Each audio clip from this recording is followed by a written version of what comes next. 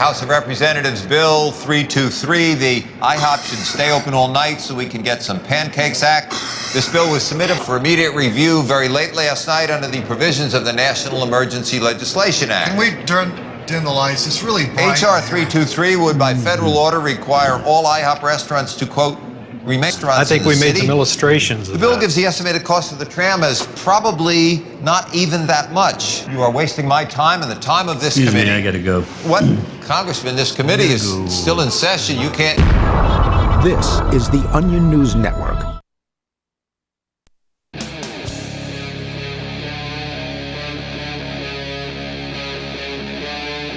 Free Talk Live.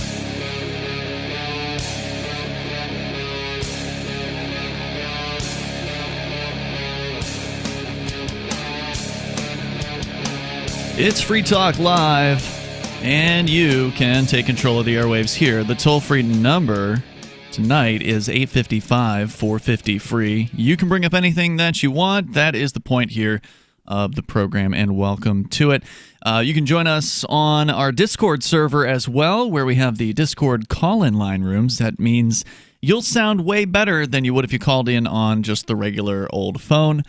So would definitely prefer if you can use the Discord lines, and please get on over to discord.lrn.fm. I know that Johnson is on his way in here. We also are joined by a special guest here tonight with not your first time on Free Talk Live. Welcome, Etienne. Thank you very much. I'm going to try the whole name here. Etienne de la Boetie? Squared. Can you give our listeners a history on that name? Yeah, so the original Etienne de la Boetie was a French political philosopher. He wrote in the 16th century, and he was really the first to expose the tools and the techniques that rulers use to engender not just obedience, but fealty and adoration. He was a little bit like Machiavelli, but Machiavelli was like, hire me and I'll show you how to run these slaves. And Boetie was kind of blowing the whistle and saying, hey, this is a program. They're using these techniques. They're unethically manipulative. And so I trying to continue his work, and I use the square to denote the fact I'm not the original. And also, if you put Boetie squared number 2 into a search engine, it will differentiate me instead of being lost with the original Boetie stuff. And how long ago was the original around? When he wrote around 1530s, so wow. He died. Okay. Yeah, and it's funny. So if you take a look at his writings, it's almost like he was writing today because they're still using same techniques. He also said that men are not so much enslaved as they enslave themselves. Sure. And then soon as they become enslaved, they really promptly forget about liberty and freedom, and almost has to be roused to do it. And he said that there are always a few who will not bow. And I dedicate my book to those few that see through the propaganda and are trying to warn the population and do something about it. Because I think the difference between being enslaved and being a slave is, are you resisting? And I got to say that a lot of these people who do see through the propaganda and who get it are moving here to New Hampshire, and you've done that too recently. I am. I'm a new mover to New Hampshire. Absolutely. So congratulations. Thank you, man. I like it here, and everybody's been super cool. It's been it's not wintertime yet. Yes. You came from the South, right? I did. I'm a native Texan that's been living in Northern Virginia outside of the belly of the beast. Well, Northern Virginia can get a little bit of snow, right? Oh, yeah. We get blizzards. Oh, yeah. We get blizzards. Oh, absolutely. Yeah. What's the highest that you've seen snow pile up in I've seen Northern Virginia? 3 feet. Oh, really? Oh, yeah. Okay. Yeah. And I see it. You see it every 3 or 4 years. Okay. So it's regular. See, I only lived in the real South. I lived in Florida. That's where I'm headed next. 26 years of my life. That's where I'm headed next. It's very different here. I love it. I'm so glad to be here in New Hampshire, where we've got more liberty-minded people here than anywhere else, I think, like concentration-wise, in the entire world. And yeah, absolutely. It makes such a big difference when you can actually hang out with people who agree with you and who understand what freedom really means. And not only just the people that have migrated here to New Hampshire, but a lot of the natives too. I mean, there's a reason why it's called the live free or die state, because the native population here, many of them, not all of them, but many of them, they still like. I mean, they may not have like all the details ironed out, but at a very visceral or gut level, they understand what it means to be free, and they don't like the government telling them what to do. And I just run into more and more of these New Hampshire natives. It's just like reinforces the fact that, yes, this was the right place to choose, that this is the right place. Just got back, actually. We arrived here at the studio at about the same time tonight. You're in this huge 36-foot RV. I just pulled in, having returned from a polling location today, where one of our co-hosts, who used to be known as Rich Paul, is now called Nobody. He legally changed his name. I know Nobody. Probate court, yeah. Yep.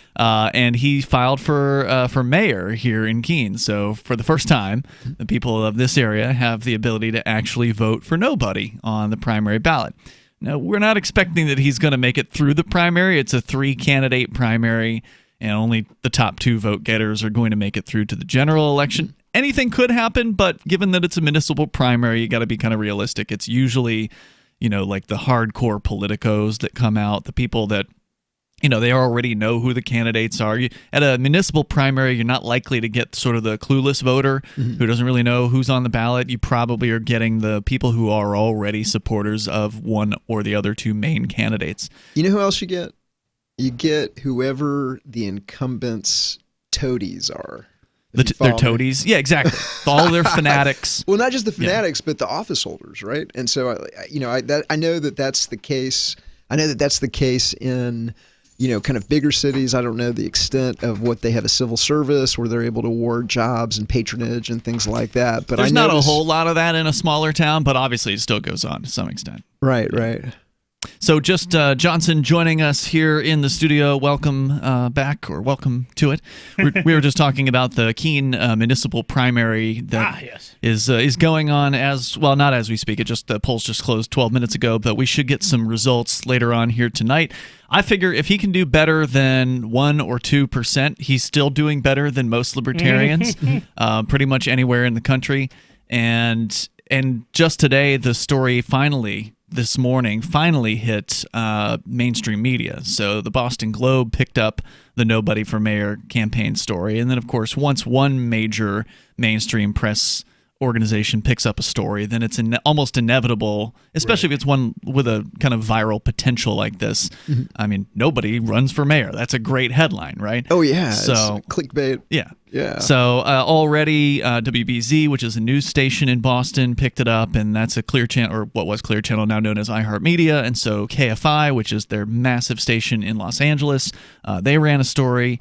Now I don't know if they ran it on the air. It's appearing on their website, so it may just be web only. But either way, it's nice to see it kind of spreading out from there. New York Post picked it up, so it's always nice to see a little bit of attention given to the things that we do here in this tiny little town, this miniature city of Keene, New Hampshire.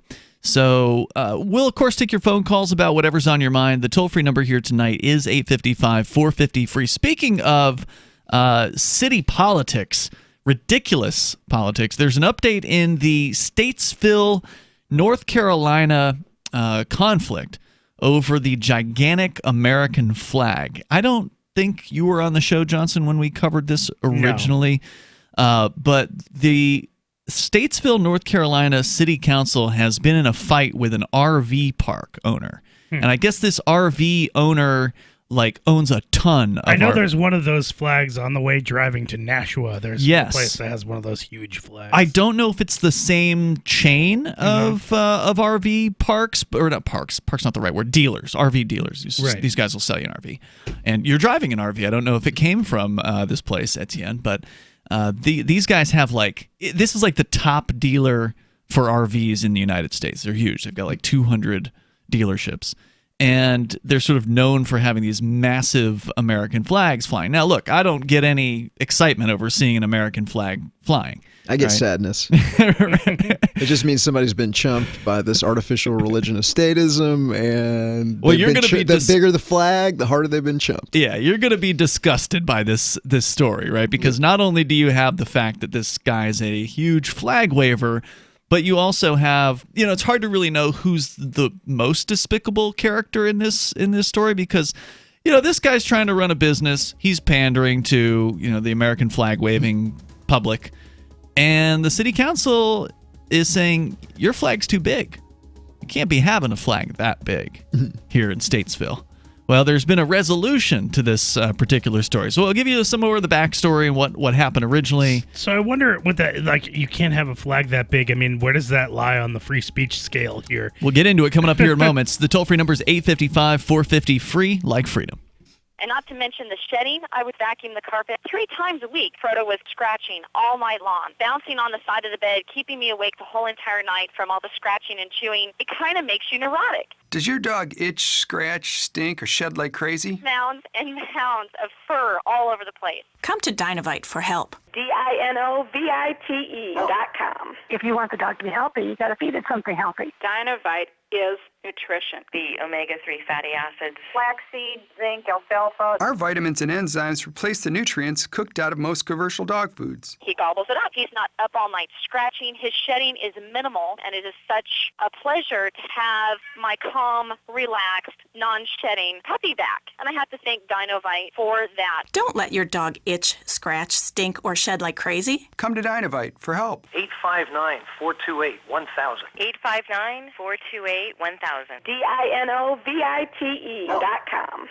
Bitcoin.com has launched a trading platform at local.bitcoin.com, allowing you to buy or sell Bitcoin Cash via dozens of payment methods like PayPal, Venmo, bank deposit, remittances, or meeting in person with cash. There are no ID requirements to sign up for and use the site, and all communications between buyers and sellers are encrypted. Finally, a global trading platform that respects your privacy. Visit local.bitcoin.com to get started trading Bitcoin Cash. local.bitcoin.com. I want to tell you about my favorite cryptocurrency wallet, Edge Wallet, at edge.app. Edge is the wallet I use more than any other, and that was true long before Edge Wallet became a sponsor of Free Talk Live. Edge Wallet allows you to buy, sell, trade, and securely hold your cryptocurrencies, including Bitcoin, Ethereum, tokens, Monero, Ripple, Dash, Bitcoin Cash, and more. It's available for both Android and iOS, and you can download it via the Play or App Store or via Edge Wallet's website, edge.app. Secure your freedom with Edge Wallet. From the creation of the Bible in 1912 by a struggling Baltimore book salesman to the day in 1493 when Christopher Columbus and his crew looked back on their voyage and realized what they truly discovered was themselves. The Onion looks back at This Week in History. On July 21st, 1969, astronaut Neil Armstrong became the first human to set foot on the surface of the moon. The moon, for Christ's sake. This is Tranquility Base. The Eagle has landed. Jesus H. Christ, Houston. We're on the moon. Over. Roger, Tranquility. We copy that. We cannot believe you are on the moon. I'm descending the ladder. Just one more step and I'm wholly living. I absolutely am standing on the surface of the moon. Jesus H. Christ in a chicken basket.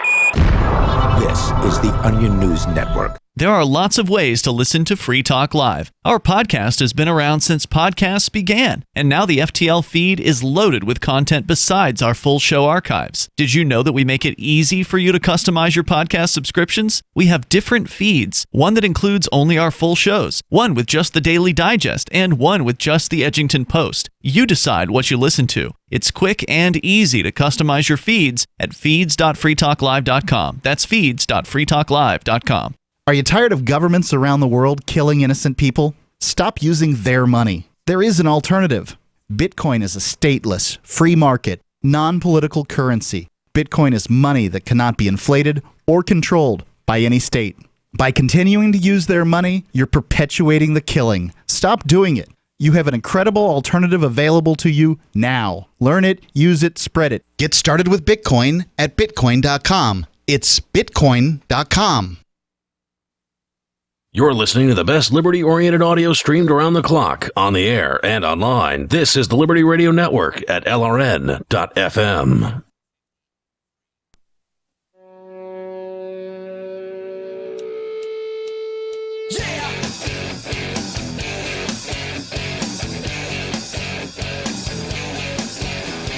It's Free Talk Live. You're invited to join us here. The toll-free number is 855-450-FREE, like freedom. That's 855-450-3733. We've got the Discord call-in line rooms over at discord.lrn.fm. And, of course, you're welcome to join us here and bring up whatever happens to be on your mind.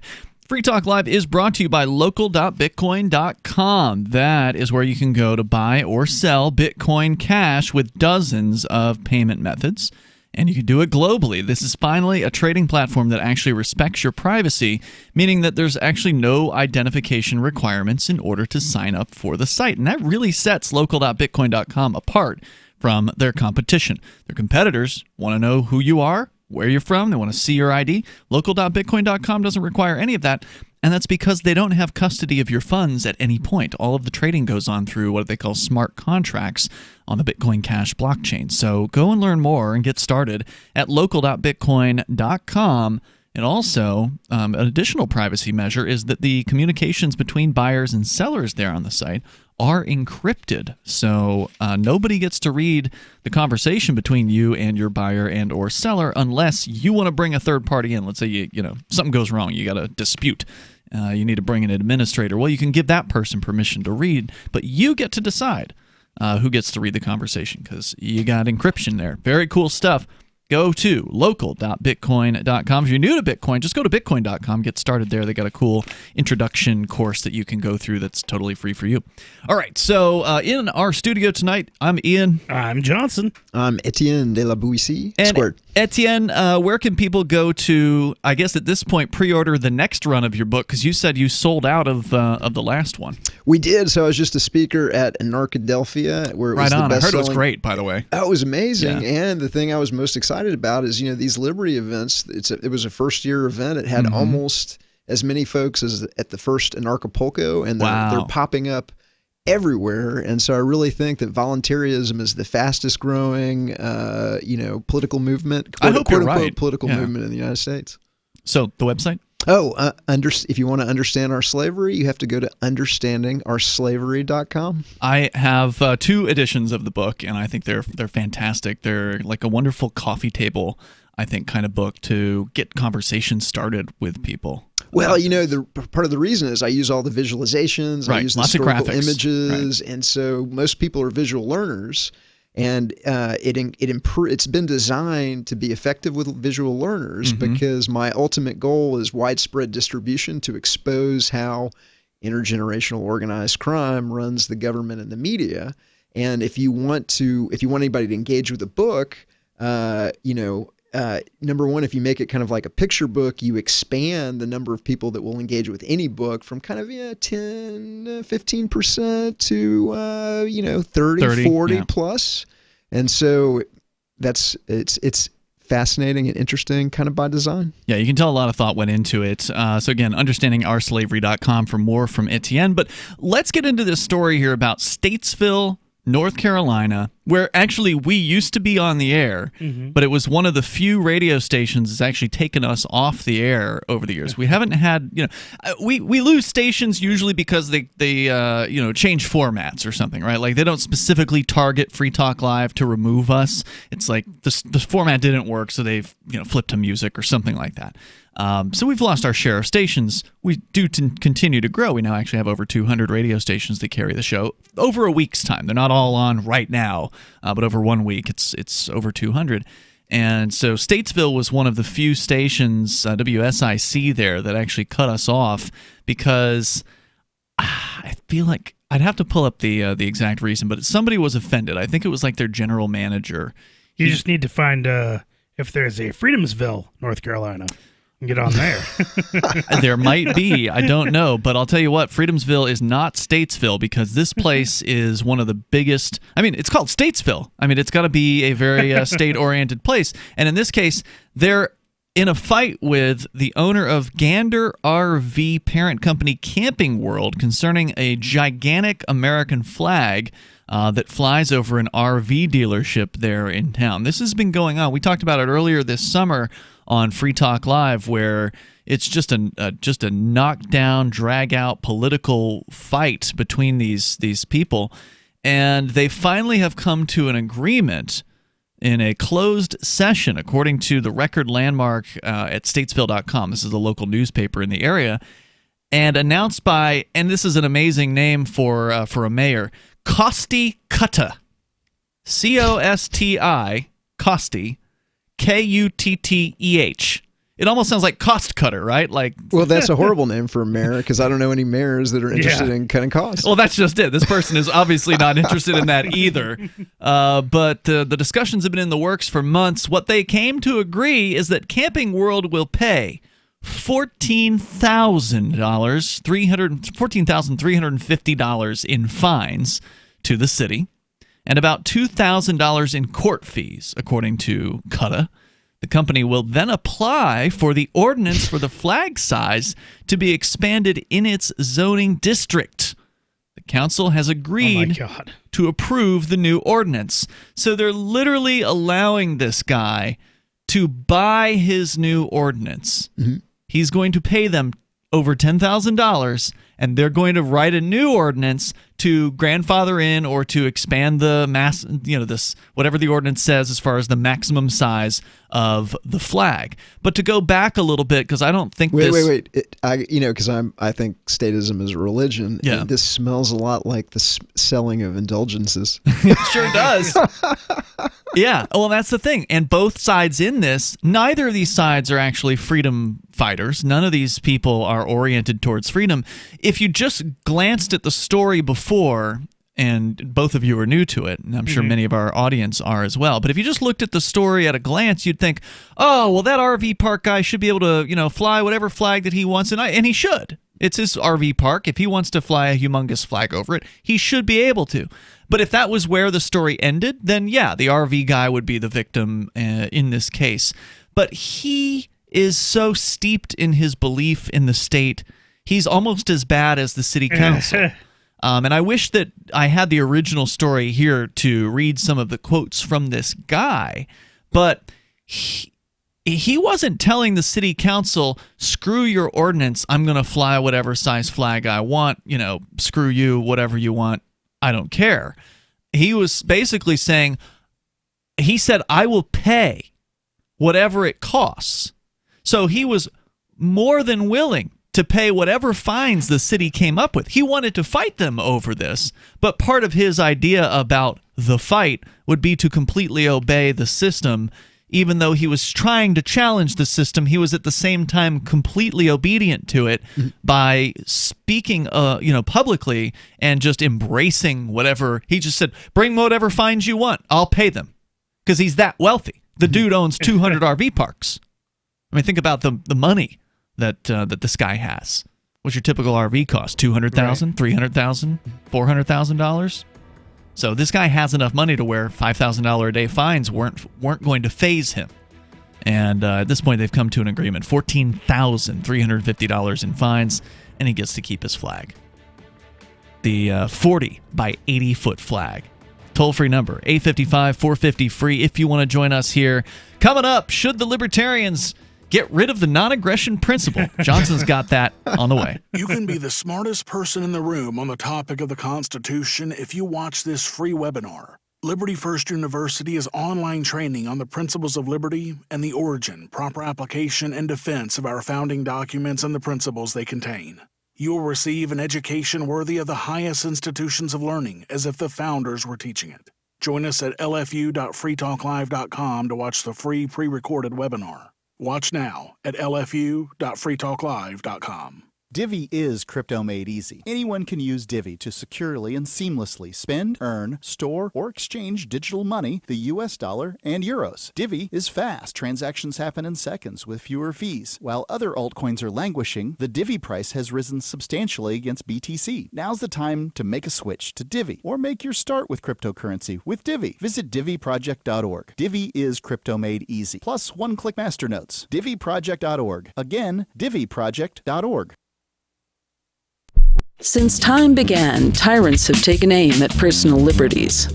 Now there's a movie that aims back. The government has no more right to tell us what to put in our bodies than they have to take our guns or tell us what books we can read. 6 drug police were eaten by bears while raiding a marijuana farm. On your knees, you dirty hippies! Jesus. On your knees! What's the problem, officer? Today, many cops who enforce pot laws do so only because it provides them with cushy jobs, good benefits, and a chance to push people around. I was an undercover narcotics officer. The drug war is nothing but a farce. The Second Amendment says you gotta keep you and your get intact.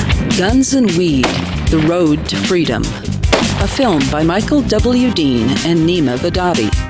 DVD available now at gunsandweed.com or on Amazon. That's gunsandweed.com. Makes the perfect gift. Remember, that's gunsandweed.com. So you've signed the Shire Society Declaration and are planning your move to New Hampshire to be around more liberty-oriented people. Next, sign up for the Shire Society Forum at forum.shiresociety.com. There are a bunch of people there who are already in the Shire, and they want to meet you. If you're already in the Shire physically, you should also come by the forums. Remember, not everyone uses Facebook. New people are signing up for the Shire Society Forum every month, so drop in and say hello at forum.shiresociety.com. LRN.FM now has a Discord. Discord is a free text and voice chat platform, and we now have our own server with a bunch of channels at discord.lrn.fm. You can join other listeners as they chat about various things during our live shows, or anytime, day or night. Discord software is available cross-platform, so you can have it on whatever device you want and take your chats anywhere. Join our Discord at discord.lrn.fm. That's discord.lrn.fm. Hi, I'm Montel Williams. Most of you know me as a talk show host, but I'm also an author, actor, single father of 4, a fitness writer, avid snowboarder, and I'm also a medical marijuana patient.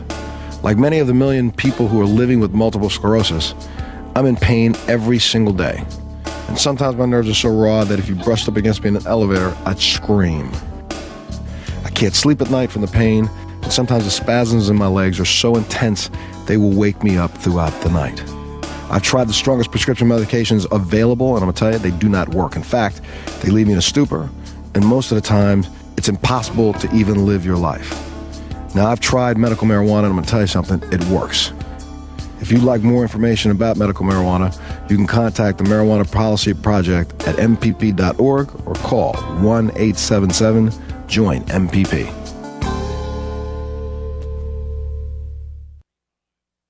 Do you love Twitter? Make sure you favorite the LRN.FM Twitter account so you can receive our tweets at twitter.lrn.fm. That's twitter.lrn.fm.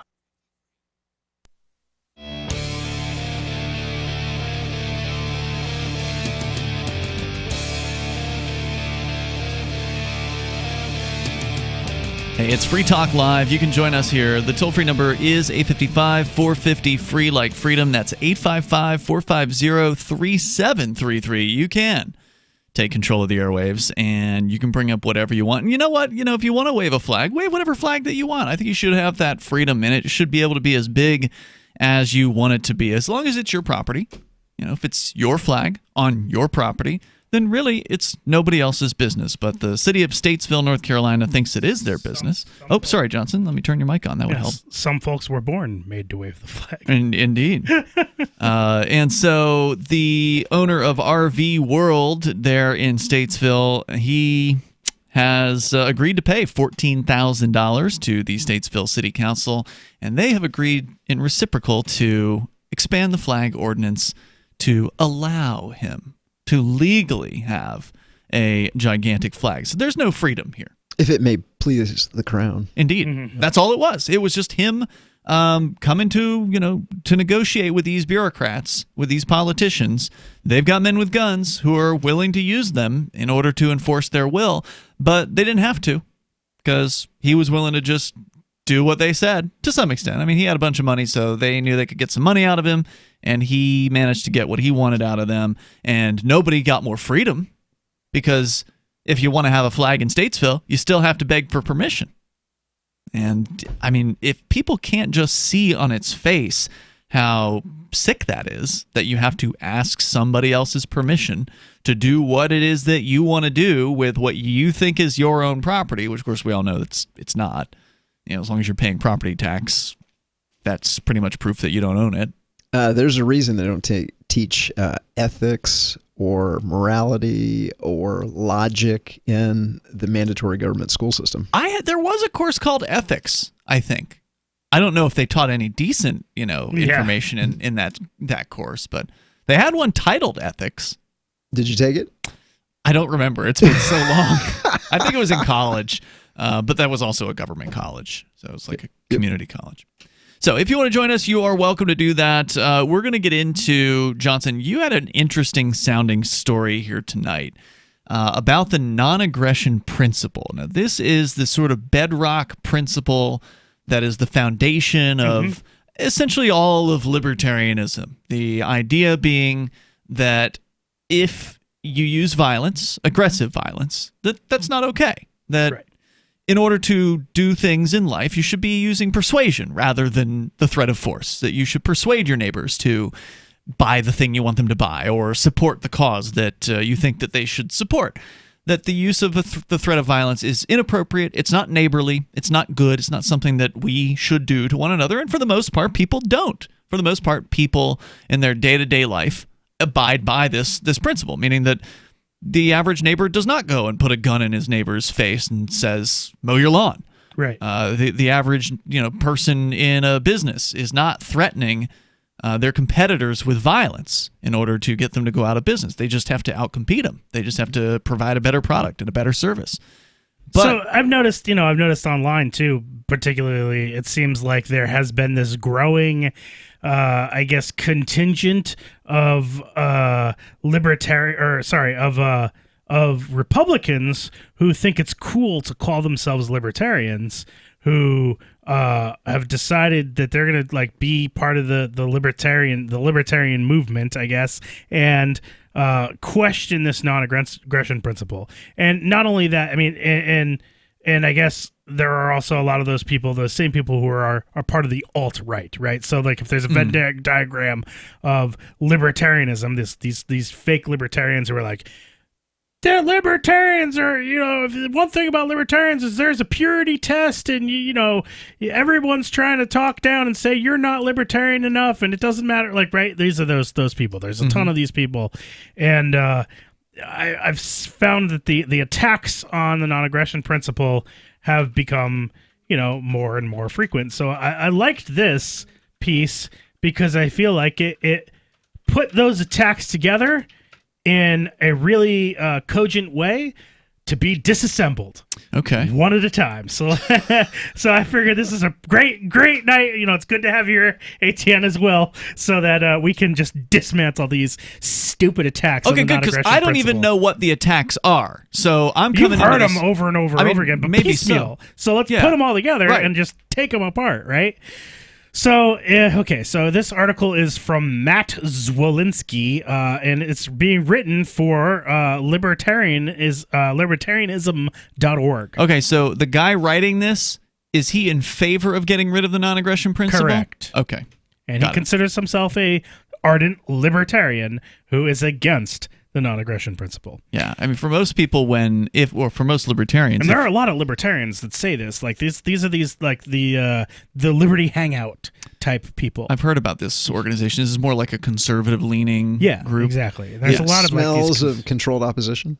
Yeah. So there's a lot of this controlled opposition that has been Well, it seems like they've got a website growing. called libertarianism.org. I mean, that's a great URL. Yeah. But it doesn't sound particularly libertarian because look, and as we're going to get into in detail here, I imagine if you reject the non-aggression principle, I'm sorry, you don't qualify as a libertarian. You might have some libertarian views on things, and in which case I'll be happy to work with you. Like if you agree with libertarians on ending the war on drugs, but yet you still support going to war overseas, I will work with you to help end the war on drugs, and I'll oppose you when it comes to going to war overseas. These people don't understand what libertarianism is, or they do understand it, and as you suggest, Etienne, that it is a specific attempt to undermine it. I think, as we'll see, this is very, very much a religious type argument. And I've heard these same styles of arguments from some people who put Christianity over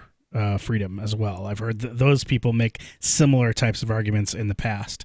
So, all right, let's continue on here. So, a stringent application of the non-aggression principle has morally unacceptable implications.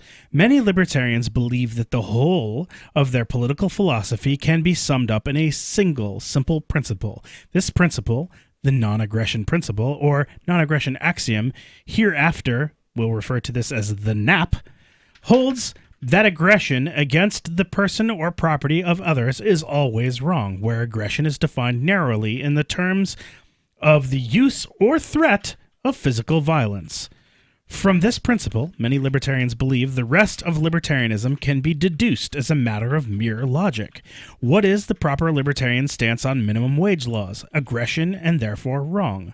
What about anti-discrimination laws? Aggression and therefore wrong. Public schools? Same answer. Public roads? Same answer. The libertarian armed with the NAP has little need for the close study of history, sociology, or empirical economics. That's what's great about it. I can do a whole radio show without having to know anything about any of these issues. I don't need to know all the facts and statistics that people argue endlessly over because, of course, all these things can be manipulated based on, how you ask the questions in the poll or whatever. All I need to know is, are you threatening violence against me or my neighbors? In which case, no, it's not okay. Whatever it is you have planned, it's not okay. Right. So it goes on to say, with a little logic and a lot of faith in this basic axiom of morality, virtually any political problem can be neatly solved from the armchair. On its face, the NAP's prohibition of aggression falls nicely in line with common sense. After all, who doesn't think that it's wrong to steal someone else's property, to club someone? Well, the government goons. Yeah. They think it's okay. To club some innocent person over the head or to force others to labor for one's own private benefit. And if it's wrong for us to do these things as individuals, why should it be any less wrong for us to do it as a group, as a club, a gang, or a state? To his credit, he at the very least does understand these arguments, Yeah. right? Like he gets the other side. So to finish this... Because it is wrong to do those things no matter how many... people, and that's one of those things that you can use to explain to somebody that is still stuck within the statist paradigm is like they still think it's okay to vote and that it's okay that voting somehow makes all this fine. Right. It's like, well, if I get a bunch of my neighbors together and that we vote that we want to paint your house a different color or burn it to the ground, does that make it okay? Yeah. No, it doesn't. No matter how many of my neighbors I manage to recruit in, even if it's 99% of everybody and you're the 1% that says no, leave me alone. 855-450 free. We'll dig in further coming up. Would you like to get back that full head of hair from years past? Now, there is Reveal. Beverly Hills celebrity dermatologist Dr. Nathan Newman took nearly a decade to develop Reveal from natural botanicals to return to a full-body head of hair. Reveal for men and women with a 30-day money-back guarantee at gcnlife.com or toll free 844-443-6637. 844-443-6637. Reveal at gcnlife.com. Have you checked your Google search results lately? Search results are usually the first impression that people form of you or your business. So make sure that they create a positive impression with Reputation Defender. What the internet says about you can have a big impact on your life and your livelihood, even if it's not true. Fortunately, you can now control how you look online and in online search results with Reputation Defender. Call 800-831-0771 now. That's 800-831-0771. for your free reputation analysis. If you have negative material from an ex-employee, upset patient, or former client, newspaper article, legal issue, social media, or other source showing up in your search results, you can combat it with Reputation Defender. Our dedicated experts in patented technology can help make your online search results look their best. Call 800-831-0771 to learn more. 800-831-0771. That's 800-831-0771. Most of you know that heart disease is the #1 silent killer in the U.S. What if I told you for just $54.95 a month you could fight against heart disease naturally? At Heart and Body Extract, we've been helping thousands of people get back to a healthier heart. Don't just take my word for it. Check out all of the success stories at hbextract.com, or to order, call 866-295-5305. That's 866-295-5305. hbextract.com. Don't risk it when you can take charge of it. Don't you hate that feeling in the pit of your stomach when the police pull you over? Most people have no idea how to handle it properly, and they promptly get fed into the municipal fee-generating meat grinder. Or maybe you recall that feeling you get when you go to the mailbox and see one or more letters from the IRS. You get a sense of impending doom, don't you? So let me ask you, if you could learn how to use the law to beat the IRS, traffic tickets, almost any courtroom scenario, collectors, credit card debt, and even mortgage debt because of fraud perpetrated against you, would that be worth knowing about? Don't laugh. Investigate. Check out the life-changing benefits of the Lighthouse Law Club at their website, lighthouselaw.club. That's lighthouselaw.club. And while you're at it, visit the Lighthouse Law Club YouTube channel. You might be in for a pleasant surprise. The LRN.FM social media channels have been revamped. We've eliminated Facebook and focused on other platforms like Twitter and Mastodon, the decentralized alternative to Twitter. On our accounts, you'll find posts from multiple LRN.FM show hosts together in one place. Follow us on Twitter at twitter.lrn.fm, or better yet, move to the decentralized Mastodon social media platform at toot.lrn.fm, toot.lrn.fm. I think you'll like it. The new 4th edition of Healing Our World, The Compassion of Libertarianism, will take your understanding of liberty to a deeper level and has over 1,300 updated references, new cartoons, and a foreword by Dr. Ron Paul. With discounts for multiple book purchases, the 4th edition of Healing Our World is a great gift for the liberals, pragmatists, environmentalists, and Christians in your life who think libertarianism is cold-hearted. Get yours today at healing.freetalklive.com and use promo code FTL for a $5 discount. You can put the Liberty Radio Network on the air in your area. Visit broadcast.lrn.fm to learn how. Broadcast.lrn.fm.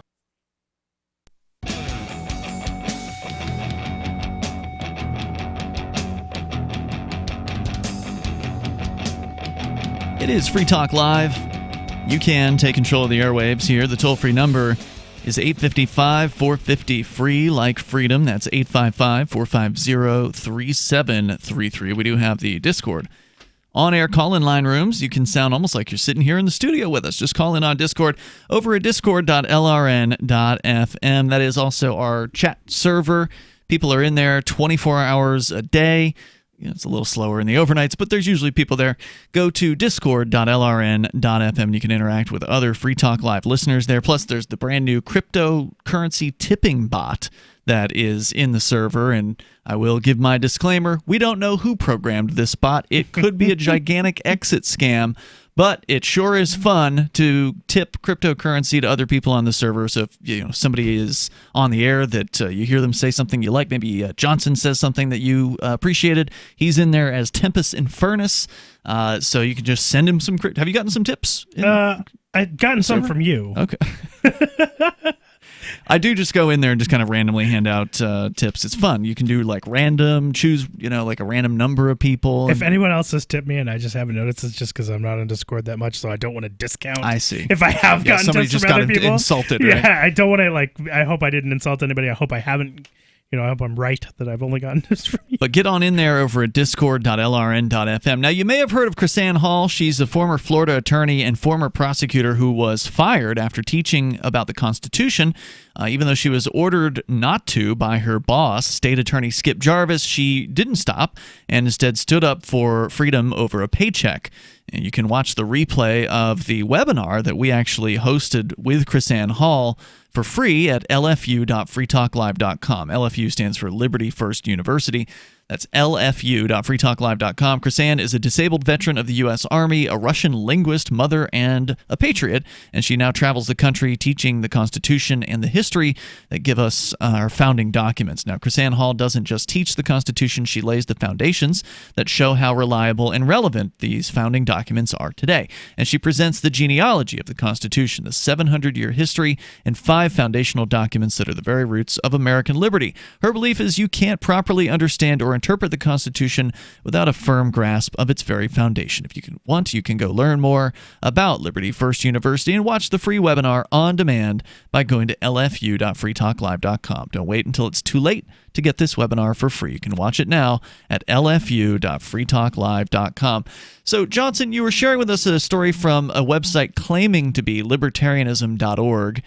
This guy is about to get into, the author of this story is about to get into reasons why he is going to say the non-aggression principle should be excised from the libertarian movement. And I have heard this argument, or arguments that this guy brings up, lots of them in various different forms, across, a lot of different platforms and social media, where people who are at least claiming to be interested in liberty and libertarianism are making these arguments. So I feel like there's definitely something to these, at least in that people who are on that journey from, libertarian to anarchist, which everybody inevitably will get there. It's probably not just everybody. Take Some people have turned around. Well, that's true, but they might eventually realize the fallacy of their ways. I guess. Some people, Christopher Cantwell comes to mind. Well, that's who was in my mind as well. Another one, and Amanda Bolden. She was a free stater who moved here as a so-called anarchist and then became a socialist. So, and she's not, and these aren't the only ones. There are other examples of people who purportedly have come to embrace and understand the non-aggression principle and then have completely rejected it. I remember Will May. He was another mover here to the Keene area years ago. He was never. Well, that's a joke. I mean, he was never, even if he claimed to understand it, he never did. Well, so I was constantly that guy while he was claiming to be. I'm like, no, you're not. No, you're not. No, you're not. We had this conversation last night on the Anarchist Experience with Richie Rich. Great guy, great show. Absolutely great guy, great show, and I've never met one in the wild, and he was one of the people who's changed. You mean that's changed, and the woman that you mentioned is the only example that I've actually ever heard besides Chris Cantwell, and I think Chris Cantwell is a complete controlled opposition planet. If you've seen the Vice thing, we did a kind of a little breakdown on how they did the Charlottesville. They had a dozen different groups that, they brought in some conservatives and some constitutionalists, some white separatists, and then a little handful of Nazis. And then they have a torchlight parade, and Vice just happens to be with the group of Nazis, which makes everybody look like Nazis. I deeply think that Chris, I still want to believe that from all the conversations that I've had with him over time, I don't actually believe that he believes any of the racist stuff that he spouts. That's what he's using to make money with. And I'm just going to out it. I don't care if it's blowing up, because nobody's going to listen to this and, figure it out properly anyway. So I don't mind blowing up what I feel like is his, actual plan of what he's doing. But if you look at it from an anarcho-capitalist perspective of somebody who's was trying to make money, I think now it blew up. It failed. I think it blew up in his face. I think he thought it was going to work, and now he's stuck. For a little while it did. Yeah, now he's stuck. There's no way to back out, so he's just, accepting whatever, he can accept. But I feel like what he is doing and has brought to the forefront is actually kind of brilliant in terms of getting libertarians to wake up to the stomping on free speech that's going on online. And Cantwell has absolutely fleshed out in every possible way how someone can be silenced. He's been deplatformed quite a bit. He's been deplatformed and debanked. And I feel like every single time he was just looking for that specifically, so that what he was actually doing was just pushing against the boundaries to see where they are, and point it out and kind of carve a pathway for everyone else to see really clearly, like, hey, this platform is gonna, if you do something that they don't like, regardless of whether or not there's consistency or whether or not there's, what their rules say, he's just, they're gonna come down and change what they say for whatever reasons that they so choose. Well, Cantwell is one of the longest running. We've joked sort of off the air, and we've talked about it on the air, about how everybody who's new to New Hampshire, like you were, Etienne, this summer, is accused of being the Fed. Basically, and it's a nasty habit that some people have around here, and it is not welcoming towards new people. It's not good, but it has happened a lot of times. Cantwell's one of the few that people still, I think, a lot of them still believe that he is a federal agent. What's that other guy? Hal Stevenson? You're talking about the old racist talk show host? Yeah, from back Hal Turner. Hal Turner. There it is. Which he was a Fed. He was. This was an informant. This is my point. No, but this is my point. Is the reason that people are so conscious about it is because it's a real dynamic. It's 100% real dynamic. Yeah, it is. And they've done it before. They'll do it again. Oh yeah. They did it in COINTELPRO. They did it in the color revolutions, like the George Soros sponsored color revolutions in Ukraine and in Georgia. I mean, that is the name of the game. The best way to control the opposition is to lead it ourselves. And if you take a look at the Women's March on Washington, they knew that they were going to have opposition to this misogynist, ridiculous clown Trump. Yeah. And so then they bring in 60 plus George Soros funded groups, bring all of these women into Washington, D.C. They lead them into a brick wall of worthless slogans, worthless demands, worthless program. They tell them to roll over. They tell them, just accept. They called it an acceptance of suffering. And then, as the piece de la resistance, they dress them in pussy hats. Yep. And somebody's in Langley, Virginia, rolling around on the floor going, I told you we could do it. I told you they'd put on the pussy hats. They're a bunch of pussies. It's so you got to be on the lookout for it. Yeah. And so I wish it wasn't the case. But when you see somebody inciting violence, within the liberty movement, and then they can't sell it in the liberty movement, so now they go and try and they sell it in the alt-right movement, and then they're on Vice, and not just on Vice, but Vice goes into their hotel room and then he starts pulling out like a dozen guns. I'm like, this is the most scripted thing I've ever seen from Vice, which is a control perception television show. Well, I mean, as one of the people who has spent probably more time with Chris Cantwell than most people, I would say, probably, I mean, his mother probably beats me out, but I've spent a lot of time with Chris. I still don't know what to think of him. Like, the Chris Cantwell pulling out a bunch of guns, that's totally something Chris Cantwell would do, right? Like knowing him, he would have a bunch of guns on him. And he was just over here the other night because he was on Vincent's show over the weekend, and afterwards he talked about he referred to Chris Cantwell as a character once again, which is not the first time that he has done that. So there's more coming up here in moments. We can continue. We'll get deeper into the story about the non-aggression principle, and your calls and thoughts welcome. Free Talk Live. Balance of nature. Changing the world, one life at a time. My blood work with my doctor is the best it's ever been, all my numbers. And this is the only supplement I take now. Whatever I'm doing, he said, keep it up. We're landlords, and I have about 3 people moving in, and it's been very strenuous, but I have the energy to do it, thanks to, balance of nature. My blood work has been getting better and better every 6 months, and I have no explanation for it other than I'm taking a balance of nature. All the numbers are always changing for the better, every blood test. Experience the balance of nature difference for yourself.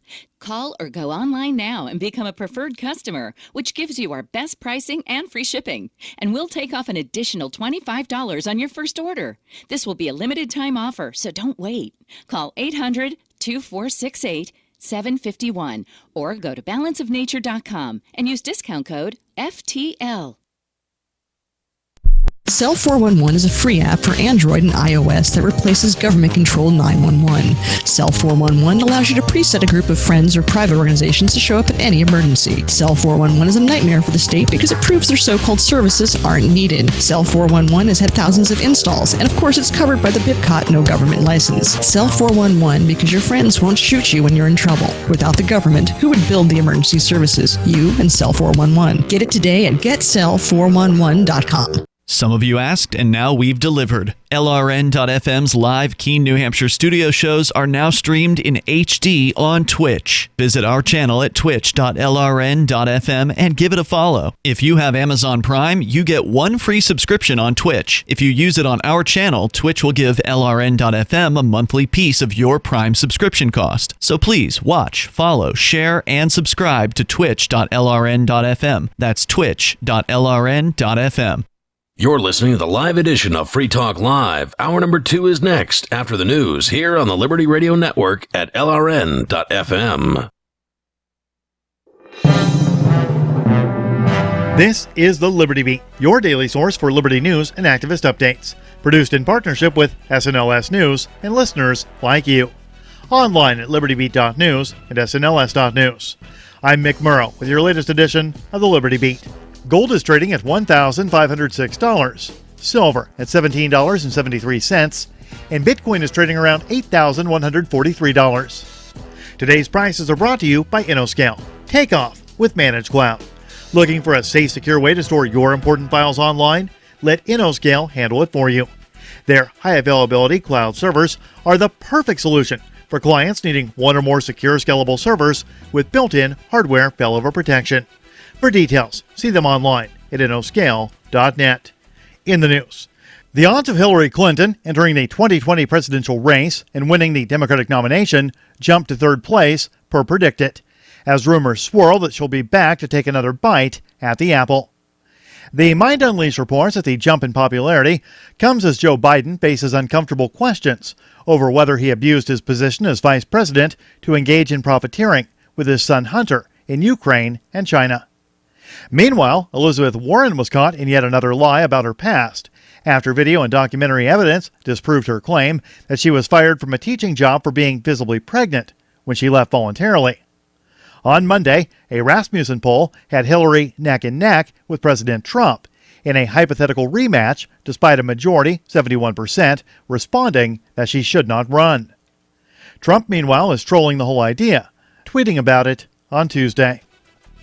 The Liberty Beat is sponsored in part by Brave Botanicals. High-quality kratom and CBD at reasonable prices with excellent customer service. Brave Botanicals is activist-owned and mission-driven and believes so strongly in the power of kratom, they're giving it away for free. Just go to freeounceofkratom.com for a free ounce of kratom delivered to your door. Just pay shipping. That's freeounceofkratom.com. This is the latest edition of the Liberty Beat. Find us online at libertybeat.news and snls.news. Your news now continues. London-headquartered multinational investment bank, HSBC, is planning to let go of up to 10,000 of its employees as a new cost-cutting measure. That's according to reports from British media on Monday. The latest round of downsizing will target mostly high-paid roles and will be mainly focused on shrinking the bank's operations in Europe. Activist Post reports the news comes just a few weeks after the investment bank announced the previous firing of up to 4,700 employees, about 2% of its global workforce.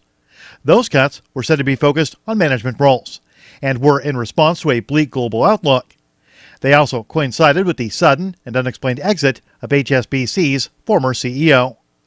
The new restructuring plan is being attributed to economic uncertainty due to Brexit, as well as the trade war between the U.S. and China hurting global growth.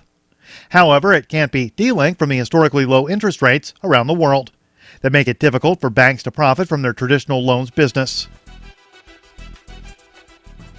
More architects and builders are turning to hemp as a sustainable material to use when building homes. And with 3D printing technology, hemp is going to become even more of a realistic alternative to traditional materials, which are not environmentally friendly and in short supply. The Mind Unleashed reports that an Australian-based biotechnology company known as Moreco has recently unveiled plans for 3D printed hemp homes. The company cites environmental concerns as some of their primary motivations. The company has developed hemp panels that can be used in both residential and commercial building projects. The panels can also be manufactured directly through a 3D printer and then used to build the structure of the home. Moreco says the panels are structurally sound, easy to produce, and provide superior thermal performance. Moreco touts the carbon-neutral status of their building process and materials. Support for the Liberty Beat comes from the Conscious Resistance Network, featuring videos, news reports, and articles from a spiritual anarchist perspective. Experience the Conscious Resistance at theconsciousresistance.com. How would you like to have your business featured on the Liberty Beat? You can. Just send an email to libertybeat@snls.news for details. This is the Liberty Beat, produced in partnership with SNLS News and listeners like you. The Liberty Beat is online at libertybeat.news and snls.news. I'm Mick Murrow, reporting for the Liberty Beat, reminding you, spread liberty with a smile.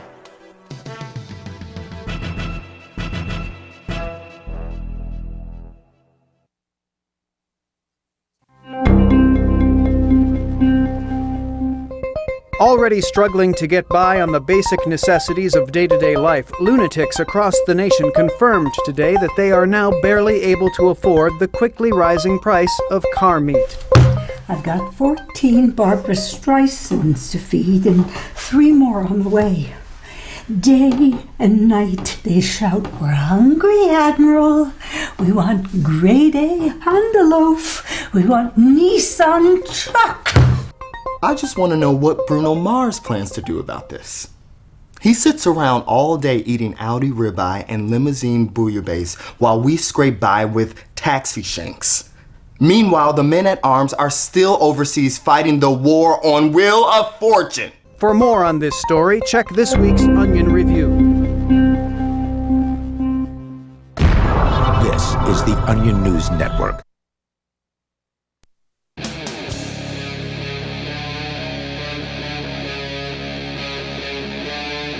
Free Talk Live.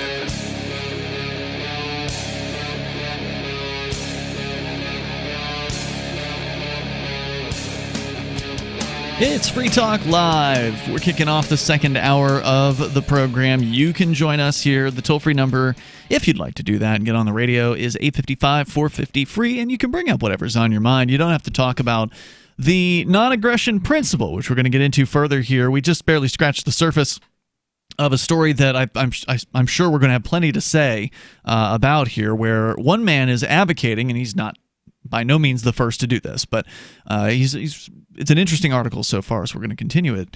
But over at libertarianism.org, one guy is saying libertarians ought to get rid of the non-aggression principle, and he's going to give us some of his reasons why he believes that that should happen. The non-aggression principle is, of course, the base principle of libertarianism, the idea that, hey, it's not okay to use violence against your neighbor, aggressive violence. It's not okay to threaten your neighbors in order to get them to do the things you want them to do or to not do the things you don't want them to do. And of course, that's the tool that the government uses. The government gang uses the threat of violence and actual violence to enforce its will upon you.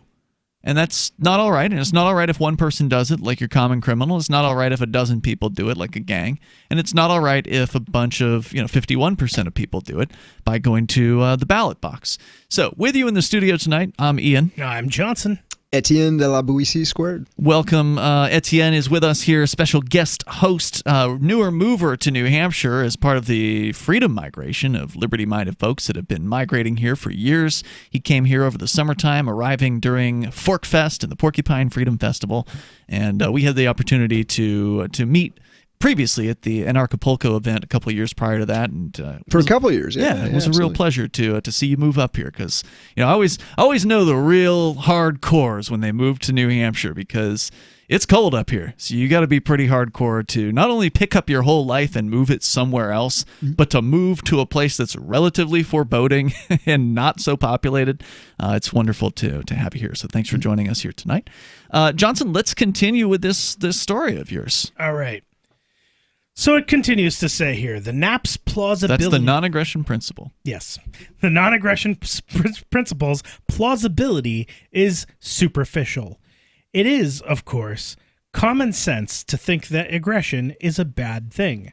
But it is far from common sense to think that its badness is absolute, such that the wrongness of aggression always trumps any other possible consideration of justice or political morality. There is a vast difference between a strong but defensible presumption against the justice of aggression and an absolute universal position. As Brian Kaplan has said, if you can't think of counterexamples to the latter, you're not trying hard enough. But I'm here to help. Okay, good, because we've come across a few over the years, so I'm curious to hear what it is that he comes up with. Yeah. In the remainder of this essay, I want to present 6 reasons why libertarians should reject the non-aggression principle. None of them are original to me. Each is logically independent of the others. Taken together, I think they make a fairly overwhelming case. All right. I'm prepared to be overwhelmed. Here's the first one. 1. Prohibits all pollution.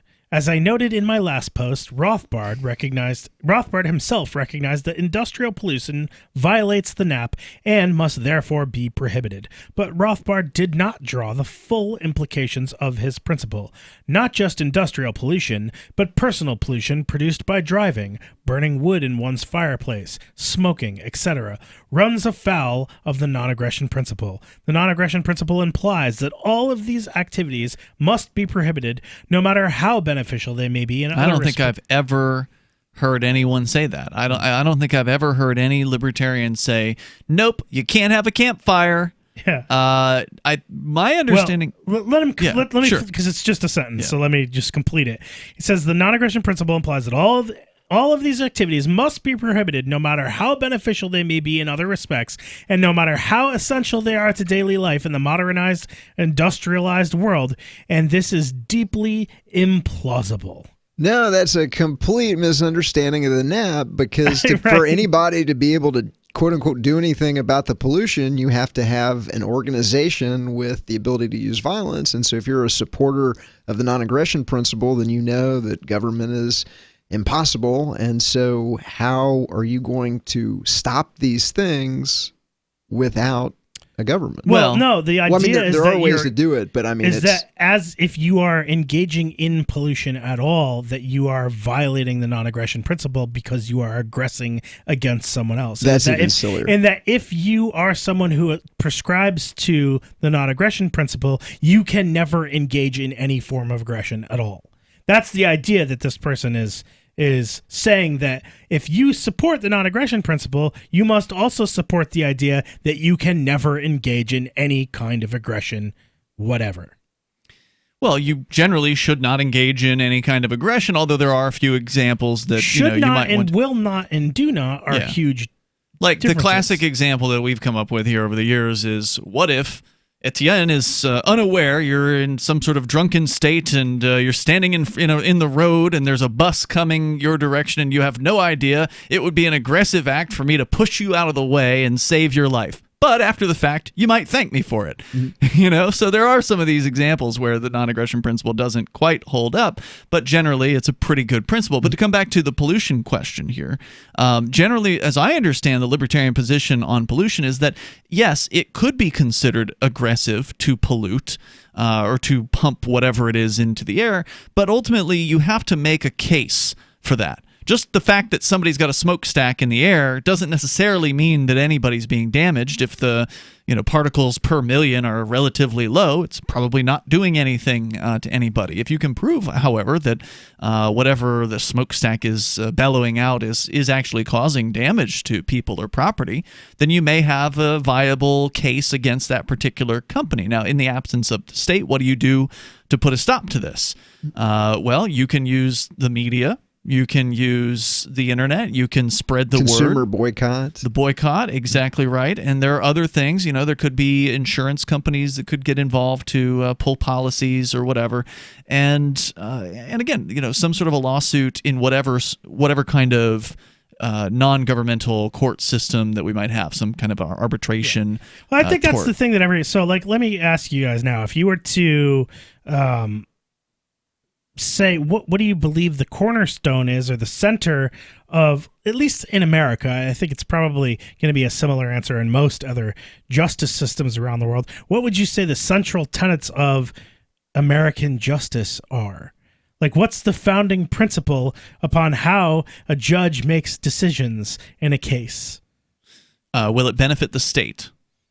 In a lot of cases. That's probably one. Yeah, that's probably one. Does the client have money? money? Okay, let's say somebody's solving a civil suit. Is it always? I mean, let's not be completely entirely cynical, because I don't think anybody's going to accept that if you're really making that as an argument. I think it's probably more accurate than most people are willing to believe. Mm-hmm. But for those that are completely unwilling to believe that, I mean, are there any guiding principles at all to our justice system that beyond money and the state? I think that there have to be some. I mean, I think that there are some people that believe that there's, I think that people would completely reject, if that were totally true and people actually believed that, then I think that there are enough people that would then, revolt and reject the justice system entirely. I think that people believe that there are some moral principles behind the justice system. I think that those people exist, right? Well, there's a fantasy, a religious belief, as you touched on earlier, Etienne, that the belief in the state is a religious belief system, and nowhere beyond the courtroom is it more obvious. I mean, look at this. You have pews. You literally have. They're just missing the Holy Bible. They sit on high, right? They don't have a hymnal sitting in front of you, but they sit on high. Right? They wear vestments. A robe. The man wears a robe. He walks in. There are he has his acolytes in the room who will do his bidding, and he bellows from the bench, and the acolytes. They act. They do what they're told to do. Arrest that man! And they arrest that man. It doesn't matter whether the arrest is illegal. But I think that the reason why they do that is not just because, they're blindly serving the state, but there are people that believe that there is some form of justice being meted out, yes. Right? They believe that there are some moral principles, and it's what are those moral principles that the state is acting upon. They don't have those. If there are any. No, they don't have those. It's the belief that there are some, but they don't actually exist. Yeah, they're not consistent. It's certainly not consistent at the very least. Because law is based on opinion. Well, there's different types of law, right? Hold that thought. We can continue. You can share your thoughts as well. It's Free Talk Live. Warning, this is a privacy alert. You are being spied on right now as I speak by your phone. If you want this to stop, visit GoDarkBags.com and we'll show you how elite military units protect themselves and how you can too. Go-Dark Bags are lab tested and guaranteed for life. Visit GoDarkBags.com now and enter discount code FTL to save 15%. That's GoDarkBags.com. Discount code FTL. Your privacy depends on it. End transmission. Free Talk Live is now on more than 200 radio stations nationwide. We've had more than 18 million podcast downloads, and we claim millions of listens a month. We're a multimedia ad venue with print, email, web, and terrestrial radio marketing platforms. We strive to have ad packages that cater to advertisers big and small. Contact me today at marketfreetalklive.com to see what we can do for you. Marketfreetalklive.com. If you're a local advertiser, contact this station. But if you can service a national audience, contact me, marketfreetalklive.com. Bitcoin.com has launched a trading platform at local.bitcoin.com, allowing you to buy or sell Bitcoin Cash via dozens of payment methods like PayPal, Venmo, bank deposit, remittances, or meeting in person with cash. There are no ID requirements to sign up for and use the site, and all communications between buyers and sellers are encrypted. Finally, a global trading platform that respects your privacy. Visit local.bitcoin.com to get started trading Bitcoin Cash. Local.bitcoin.com.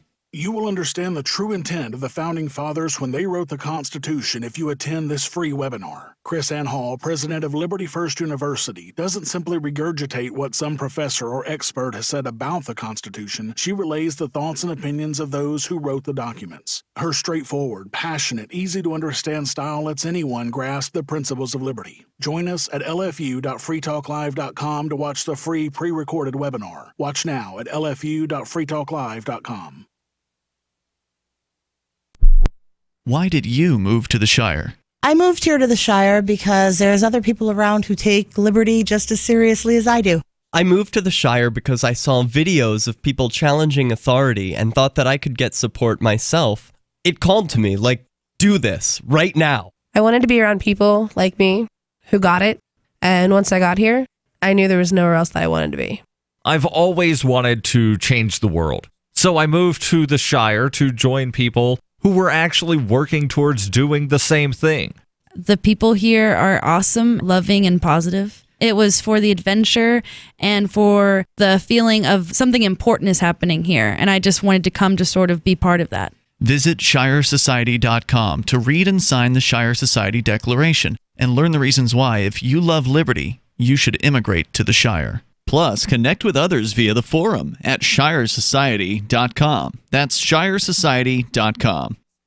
So you've heard all 3 hours of the latest episode of Free Talk Live, and you're still hungry for liberty-oriented audio content? Did you know that we have another 24/7 audio stream at LRN.FM? The Liberty Radio Network airs the latest episodes of some of the best liberty-oriented podcasts on the internet around the clock. In addition to recorded content, you'll also hear live shows like Free Talk Live, originating from our Keene, New Hampshire studio. So listen anytime at LRN.FM. That's LRN.FM. Are you a cryptocurrency advocate? The Crypto Tip is the ideal outreach tool to help new people discover cryptocurrency. It's a printable business card-sized tip that you can give to service providers, preferably in addition to a good cash tip. When the server scans the QR code, it'll bring up an explanation of cryptocurrency, how to install a wallet, and allow them to claim the tip. If they don't claim the crypto, you get your tip refunded to you after a time period you specify. Plus, if they do claim the tip, you get an email alert. Create as many tips as you want at cryptotip.org. That's cryptotip.org. Help get LRN.FM into more ears. Visit promote.lrn.fm for a free bumper sticker, flyers, banners, graphics, and more. Promote.lrn.fm.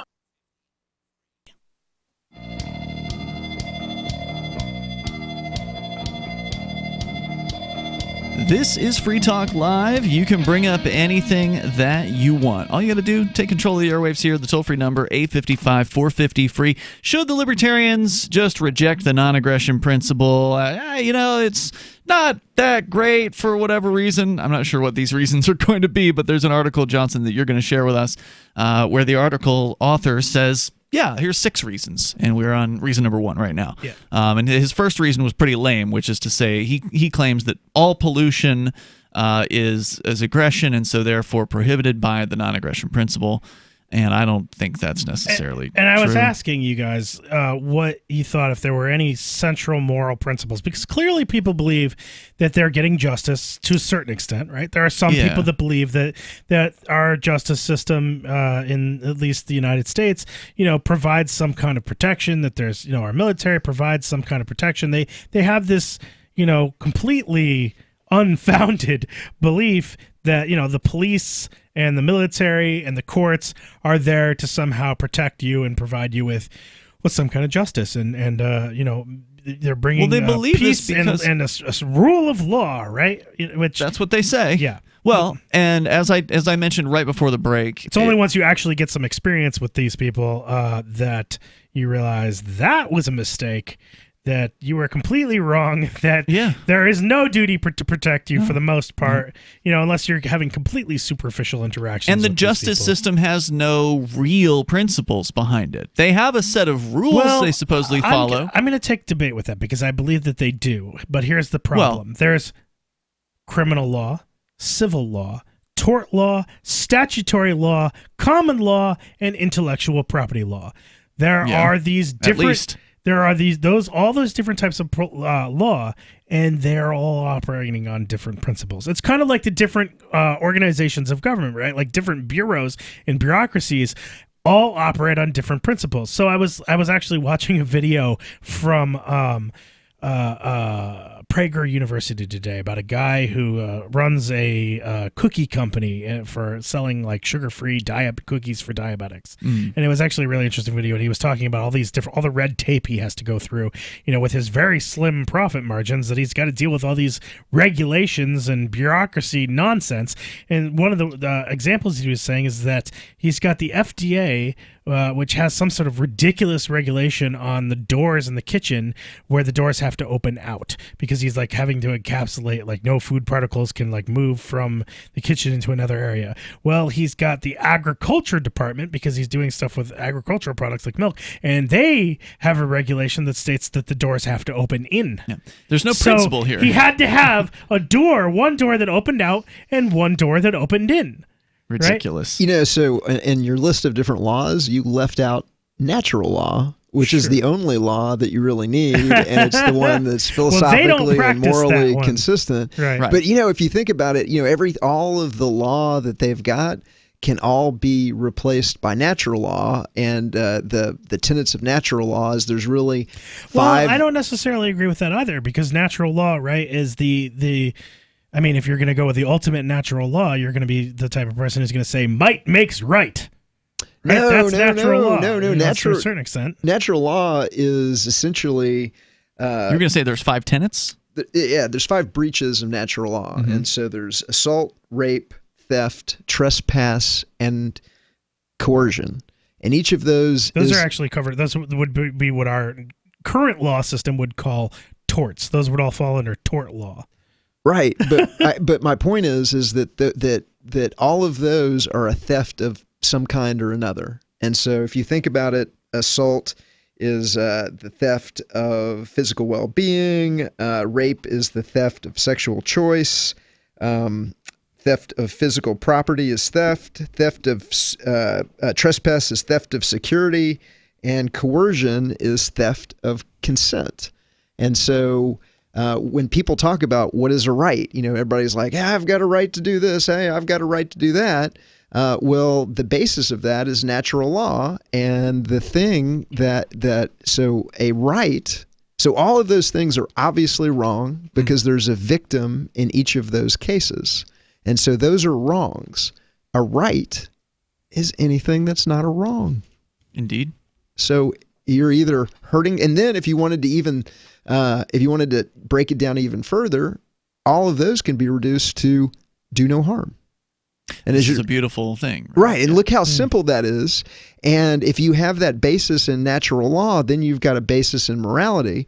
And if you have a basis in morality, then you don't need to hire a $500 lawyer to go to court. You don't have to do anything. You just come, you can come before a group of your peers and show how the harm was done. And show how the harm was done. And it becomes, did you harm them? Or obvious, right? Like that's what the non-aggression principle is it's sort of a well-structured way of saying do no harm in a form that is meant to be the primary cornerstone of any justice system, right? Of any kind of society, like not necessarily justice system in the sense that we think of it now, where you have a legally taxed, like it's a justice system that supports itself through anything but justice by stealing from people, and stealing funding to support itself.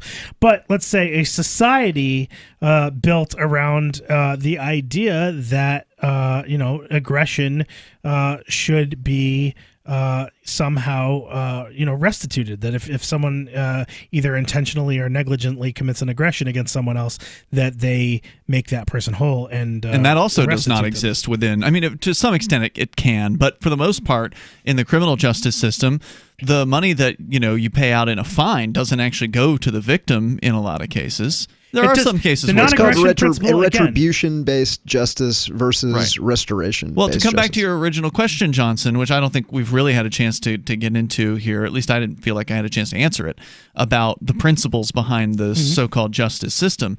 There are no principles beyond the rule of man. So, and that's a changing sort of chimera, right? Like it is changing with the moment. Law is, and I think Mark Stevens coined this one, and I love it. It's an opinion backed by a gun. That's all that law is. When you have these Supreme Court justices, these robed men and women, they make a decision 100 years ago. Well, the current Supreme Court can make a completely different decision. They generally base their decisions on prior decisions, but sometimes they overturn the prior decisions and they completely change the law because of that. Now, in some cases, it's made sense for them to do it in certain instances, but it just goes to show that there are no actual principles behind this. And the non-aggression principle, it's not an idea that you never are able to, you're locked into this, you can't transgress against anyone ever. You can't have any kind of trespass against someone, either accidentally or intentionally, because you're completely locked into this pacifistic state, where you can't pollute, you can't do anything because you might harm someone else.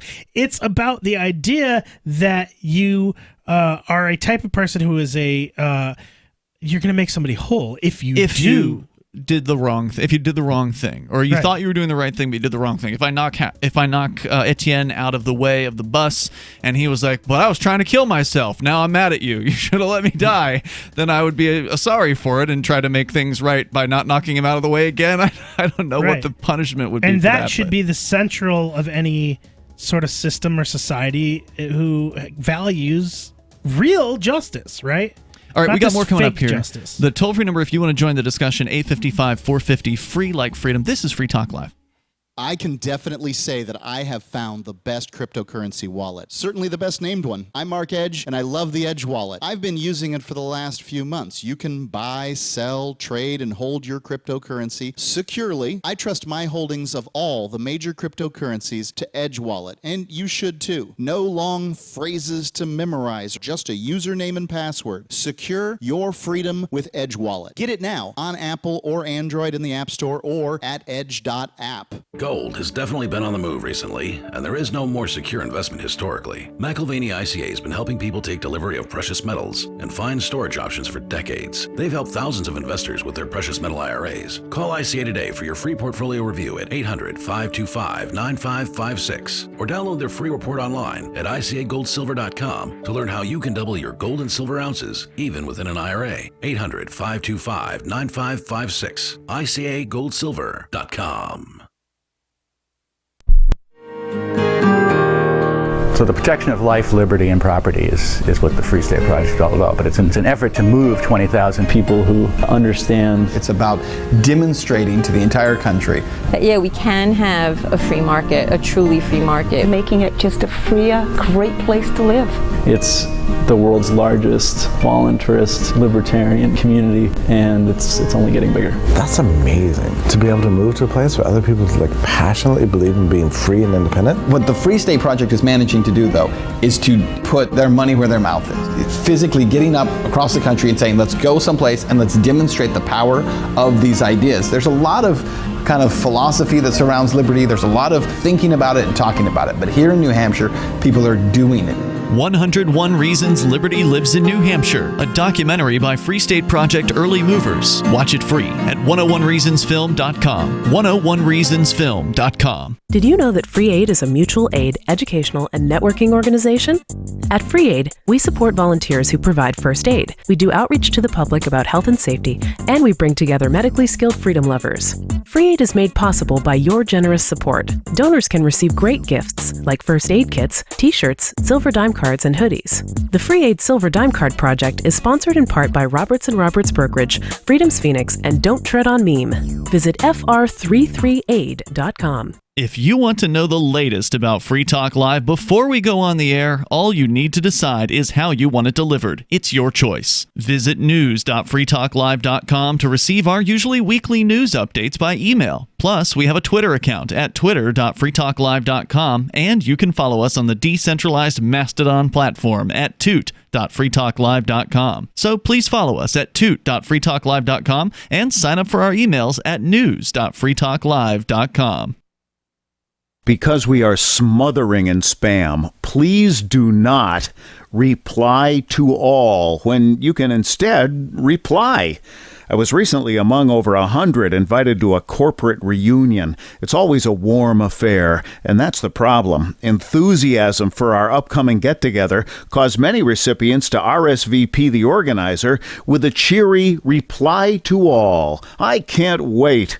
Then others piled on with a reply to all to that.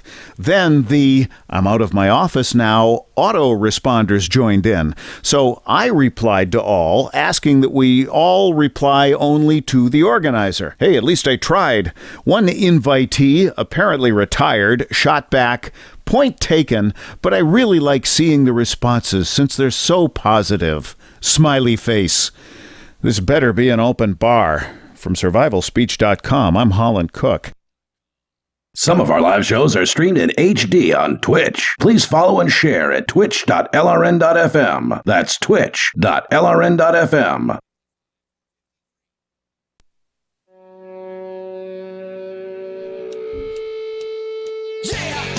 Free Talk Live. Join us here. The toll-free number is 855-450-FREE, like freedom. It's 855-450-3733. We have the Discord call-in line rooms. They're open and available to you over at discord.lrn.fm, so hop into one of those. You'll sound almost like you're sitting here in the studio with us. And by the way, I do want you to know about Liberty.menu. Libertarians for a long time have wanted to know about other liberty-minded folks and their businesses, but there's never really been a good online Liberty business directory until Liberty.menu. They finally got it, and they did a great job. It's a super easy-to-use website, and it's free. So you go to Liberty.menu. Maybe you've got a thing that you do. Maybe you've got a business. Maybe you're a content creator like Etienne, who's got a book. UnderstandingOurSlavery.com is his website. But if you want to add the thing that you do to Liberty.menu so other libertarians and voluntarists and anarchists can find out about you, then you should do that because it's free. So why not? Get on over to Liberty.menu. It's exclusively for individuals who reject the initiation of force. So that's Liberty.menu's creator saying, hey, if you're one of these anti-non-aggression principle people, you're not welcome at Liberty.menu. You got to actually understand freedom and agree to abide by the ethics of the non-aggression principle in order to sign up and use Liberty.menu. So it's a free site, but you got to have principles. Go to Liberty.menu. You can use code FTL like Free Talk Live. You get a Free Talk Live listener badge on your profile for doing that. And, there are some upgrades that you can pay for Liberty.menu, but by itself, you can list the things you do for free. And maybe you've got an event that you are coordinating or involved with. You can list your events there too. Liberty.menu. As we go to your calls and thoughts, more from Johnson with the story that is attacking the non-aggression principle. We're only through point 1 of 6, so we got to get to the other 5 here. But let's go to Tom. He's in New Hampshire. You're on Free Talk Live. Hello, Tom. It's about a letter that the White House lawyer sent to the House of Representatives to explain why the White House will not be participating in these proceedings, and they're not going to go and answer stuff that the House of Representatives has not been following all the correct procedures, and there seems to be a lot of misunderstanding about what's going on, okay? Now, picture a pedestrian walking up to a cop and say, somebody's breaking into a car around the corner. Okay, that's the whistleblower report. Now, let's say the cop is going to walk around the corner and see, is there somebody breaking into a parked car? And the breaker would have a perfect excuse if the breaker owns the car and locked the keys inside. Okay, so the cop is checking into it. That is the equivalent of the current impeachment inquiry. And you don't have the right to cross-examination of and confront your accuser or any of that. That's going on right now, is investigating into it. If breaking into a parked car is a felony, then you don't go to a trial until after an indictment. That would be the impeachment. Okay, well, it's not at that point yet. The impeachment proceeding would take place, but right now it's simply the impeachment inquiry. Check it out. Is somebody breaking into a parked car? Is the breaker the owner of the car? That's where it's at now. And they're talking about how the president isn't being given the right to confront the accusers face-to-face and all of this other stuff. But the one point that really has to be mentioned, catch it every time the enemies of liberty bring it up, because it's one of the big lies in all kinds of political discussions, and lies always suit the bad guys. Quote, simply put, you seek to overturn the results of the 2016 election and deprive the American people of the president they have freely chosen, unquote.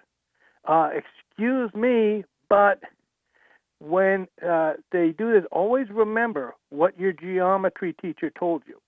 For a statement to be true, it has to be true for all cases. That statement accuses me, one of the American people, of having freely chosen Trump. And it accuses all of you and everybody else there of having freely chosen Trump. And who made this statement? So I'm sorry, I wasn't clear on that. The statement in the letter, quote, which letter? Put simply, a letter from the White House to Nancy Pelosi and the various three chairmen, and it's, quote, put simply, you seek to overturn the results of the 2016 election and deprive the American people of the president they have freely chosen, unquote. And so I'm just calling to point this out. Well, you're not wrong. I mean, most people did not choose Donald Trump, right? Most people either didn't only vote. 26% of people, roughly, and it's not even 26, it's like 25 point whatever voted for Trump. Right, because you're including there, Etienne, the fact that many people don't vote at all.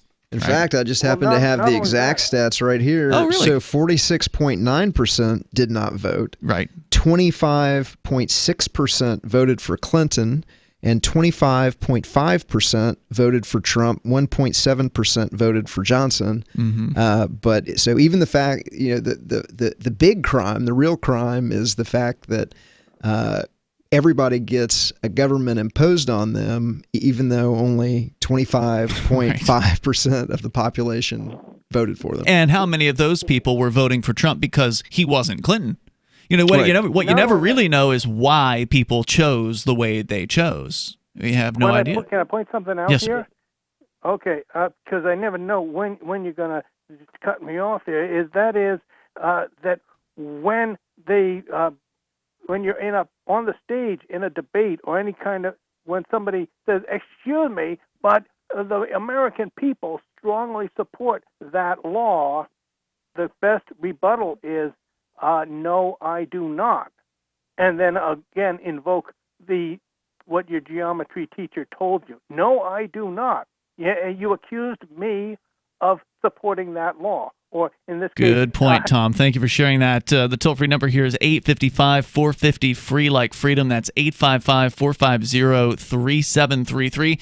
Yeah, I'm pretty sure 100% of this studio did not consent to being ruled by either Clinton or Trump. Not interested. I'd like to opt out, please. I don't support this whole federal government concept, let alone the state of New Hampshire. I certainly don't support them, but at least I can talk to some of those guys. It really is the big con. Government is illegitimate for so many different reasons. You can't delegate rights. You don't have yourself to a representative or a government. You can't be bound by a contract that you yourself didn't sign. Right. And so, if you go back to the founding, you got 3 dozen slave owners get together in a room. They write down on a piece of paper that they alone get to make up rules for everyone, right. and they alone get to steal the wealth of others, which is ridiculous on its face. But then, because it's the government and the media working together, it's an organized crime system, they have their newspapers proclaim it's valid. We have a new government. It's magnificent. And then they just proceed to kind of take over. And then we will, how many people actually voted for that? Definitely less than 1% or, in the first election, election. And so how many people would have even known that was going on at that time? Exactly. News travel by horseback at best. Right. And so that's essentially how they did it. So we just kind of take over. And then, by the way, the Bill of Rights, that just goes right out the window. Jefferson, Washington and Hamilton lead an army of 13,000 immediately into Pennsylvania to put down the Whiskey Rebellion. Right. They search homes without warrants. They new boss, same as the old boss. You got so all of that Bill of Rights right out the door. We're in charge. We're taking your money. Yeah. And that's the way it's been ever since. Well, and feel better because it's not going to the king. See, it's all better now. All right, Johnson, let's continue here. Okay, well, the second point here that it goes on about the non-aggression principle, its continued attack here, is that the non-aggression principle prohibits all pollution because its prohibition on aggression is absolute. No amount of aggression, no matter how small, is morally permissible, and no amount of offsetting benefits can change this fact. And then it says, but suppose, to borrow a thought from Hume, that I could prevent the destruction of a whole world by lightly scratching your finger, or perhaps... Oh, my God. This is still by the imposing pollution a very part. small tax on billionaires. More coming up here. We'll get to the next point. It's Free Talk Live. Hey, Bugsy, you hear the news about Vinny? Yeah, it's a real shame he owed money to the IRS and they finally cut up with him. Just like Al Capone. If the IRS can get to Capone, imagine what they can do to little old Vinny, huh? Poor cat, he was on top of the world, then bada boom, bada bing. What Vinny needs now is an offer he can't refuse. Hey, you got a tax problem? Does the IRS claim you owe them a bunch of dough? They can get you too. So call the tax relief line now and learn if you qualify to negotiate your $10,000 plus IRS tax debt for up to a 75% savings. Don't be like Al or Vinny and get busted. Make this free call now. Learn how you may be able to pay the IRS less. Call now. 800-590-4930. 800-590-4930. 800-590-4930. That's 800-590-4930. Warning. If you're drowning in debt you can't afford, do not let the credit card companies trick you into thinking that you have to pay it all back, because you don't. What the credit card companies don't want you to know is that there's actually a way to get debt-free without paying off your entire debt or going bankrupt. If you have $10,000 or more in credit card debt, you now have the right to let us settle that debt for a fraction of what you owe. For free information, call Credit Associates now. 1-800-976-1460. We'll even show you how much money you could save. If you can't afford to pay off all your debt, do not let the credit card companies trick you into thinking that you have to. Call Credit Associates now for free information on how to get debt-free faster than you ever thought possible without debt consolidation or bankruptcy. We depend on your success and offer a guarantee, so there's no risk. For free information, call now. 1-800-976-1460. That's 1-800-976-1460. 1-800-976-1460. Free Talk Live. You know, and this is a realistic view. I mean, look, your kids are going to do drugs. Would you rather them do drugs with pimply-faced kids driving around town? Or would you rather them smoke pot in your house where you know what they're doing? I'm not saying I love the idea of my little boy who's 3 growing up and smoking pot. I don't. I would prefer he didn't. But I know that the human animal, as it is, likes to have its mind altered. And he's my son. He's probably going to do these things. And I'll tell you, I was in a lot of dangerous situations that if my parents had tried something different, maybe things would have worked out differently. I don't know. I'm not blaming them or anything like that. I'm just saying that we need to try new things. This war on drugs, not working. Free Talk Live, 7 nights a week from 7 to 10 Eastern. Live on the Liberty Radio Network at LRN.FM. There are lots of ways to listen to Free Talk Live. Our podcast has been around since podcasts began, and now the FTL feed is loaded with content besides our full show archives. Did you know that we make it easy for you to customize your podcast subscriptions? We have different feeds, one that includes only our full shows, one with just the Daily Digest, and one with just the Edgington Post. You decide what you listen to. It's quick and easy to customize your feeds at feeds.freetalklive.com. That's feeds.freetalklive.com. Bitcoin.com has launched a trading platform at local.bitcoin.com, allowing you to buy or sell Bitcoin Cash via dozens of payment methods like PayPal, Venmo, bank deposit, remittances, or meeting in person with cash. There are no ID requirements to sign up for and use the site, and all communications between buyers and sellers are encrypted. Finally, a global trading platform that respects your privacy. Visit local.bitcoin.com to get started trading Bitcoin Cash. local.bitcoin.com. Love what we do? Please help support our international satellite channels at patreon.lrn.fm. That's patreon.lrn.fm.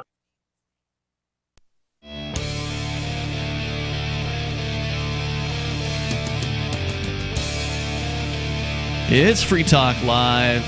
Should the libertarian movement reject the non-aggression principle? Well, I mean, that's basically asking the question of should the libertarian movement completely destroy itself, because that's the foundational principle that the whole concept is based on. But yet somebody who has taken control of a website called libertarianism.org is advocating for or this. at least has written a single article. Well, they're publishing it. And we're going to get into points 2 through 6 on his 6 points of why he believes that he's serious that the non-aggression principle should be gotten rid of. We'll continue with that discussion here, and if you want to join in, you can. Our toll-free number is 855-450-FREE. And I want to make sure you know about the Edge wallet. If you're interested in cryptocurrency, you've got to have a wallet in which you can then store that cryptocurrency. Technically, you're storing the keys to your cryptocurrency, but that's a more technical discussion. You can get Edge Wallet. It's one of the myriad of different choices out there. Why should you choose Edge? Well, because, in my opinion, it's the best cryptocurrency wallet that is available today. And I have tried a bunch of different crypto wallets, and I came to this conclusion long before they became an advertiser here on Free Talk Live. Been a big fan of Edge. I use it more than any other wallet out there, and it's available for both iOS and for Android, so whatever, mobile device you have, you can get Edge.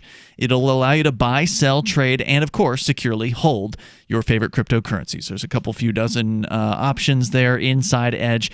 They will help you secure your freedom. They've got a veteran team that's been building wallets since 2014. Go to edge.app. That's their website where you can learn more about the technology. It's edge.app, or just go and download it right now through your Google or Apple App Store.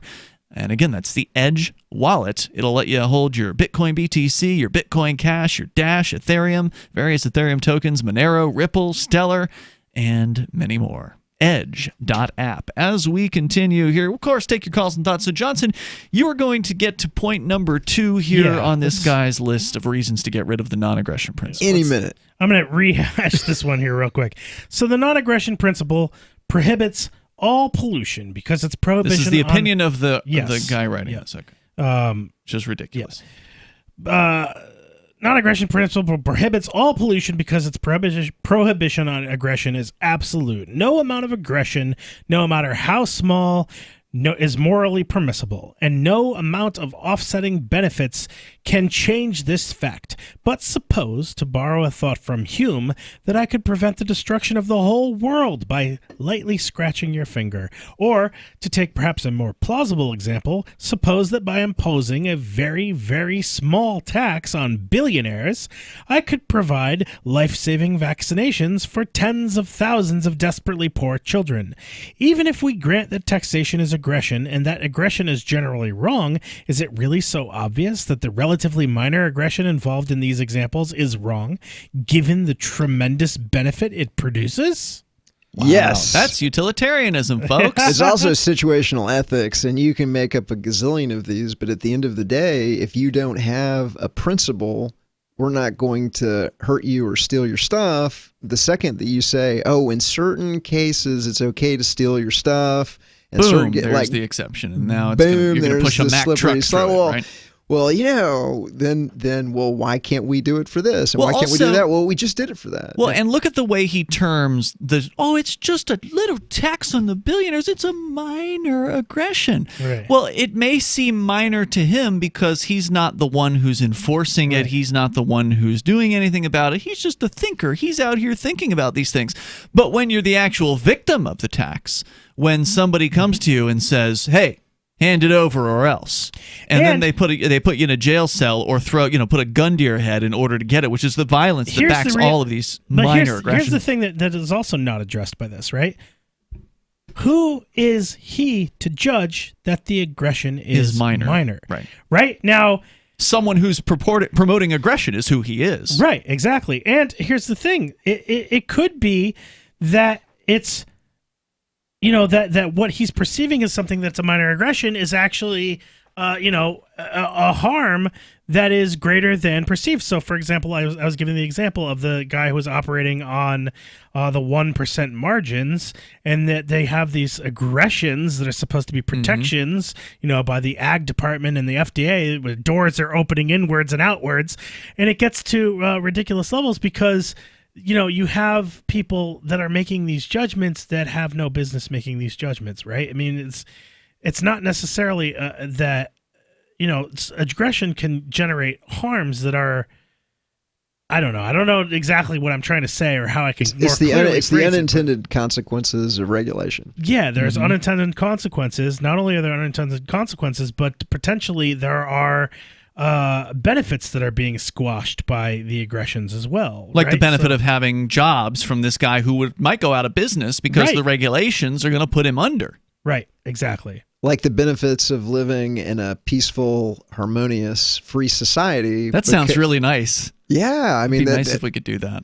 I know, and it's Imagine so what that simple. would do. All you got to do is follow the non-aggression principle, and boom, there you go. Leave And people also- alone. Okay, so now I've had my train of The train's back on track. The train of thought has come back on the rails here. So the other thought here is that if it were such a small aggression, right? If it were really such a small aggression, why wouldn't that be able to be achieved without aggression? It would. Through persuasion, Right.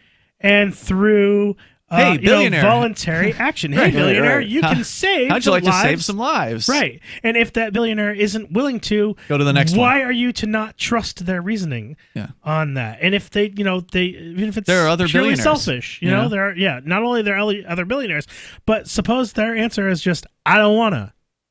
It's good enough. Yeah. Right? I mean, if it's not good enough for you, then you clearly have a moral issue. Because that billionaire could be a pretend billionaire like Donald Trump. He could be very best he could be billionaire. completely underwater on his properties where the banks have him by the balls, like Donald Trump. So here's number 3. Okay. So what number 2 was? We need a little aggressions. We need this. Just baby aggression. Number 3 is the non-aggression principle clearly implies that it's wrong for me to shoot you in the head. But to borrow an example from David Friedman, what if I merely run the risk of shooting you by putting one bullet in a 6-shot revolver, spinning the cylinder, aiming it at your head, and squeezing the trigger? What if it's not one bullet, but 5? Of course, almost everything we do imposes some risk of harm on innocent persons. We run the risk when we drive on the run the risk when we drive on the highway.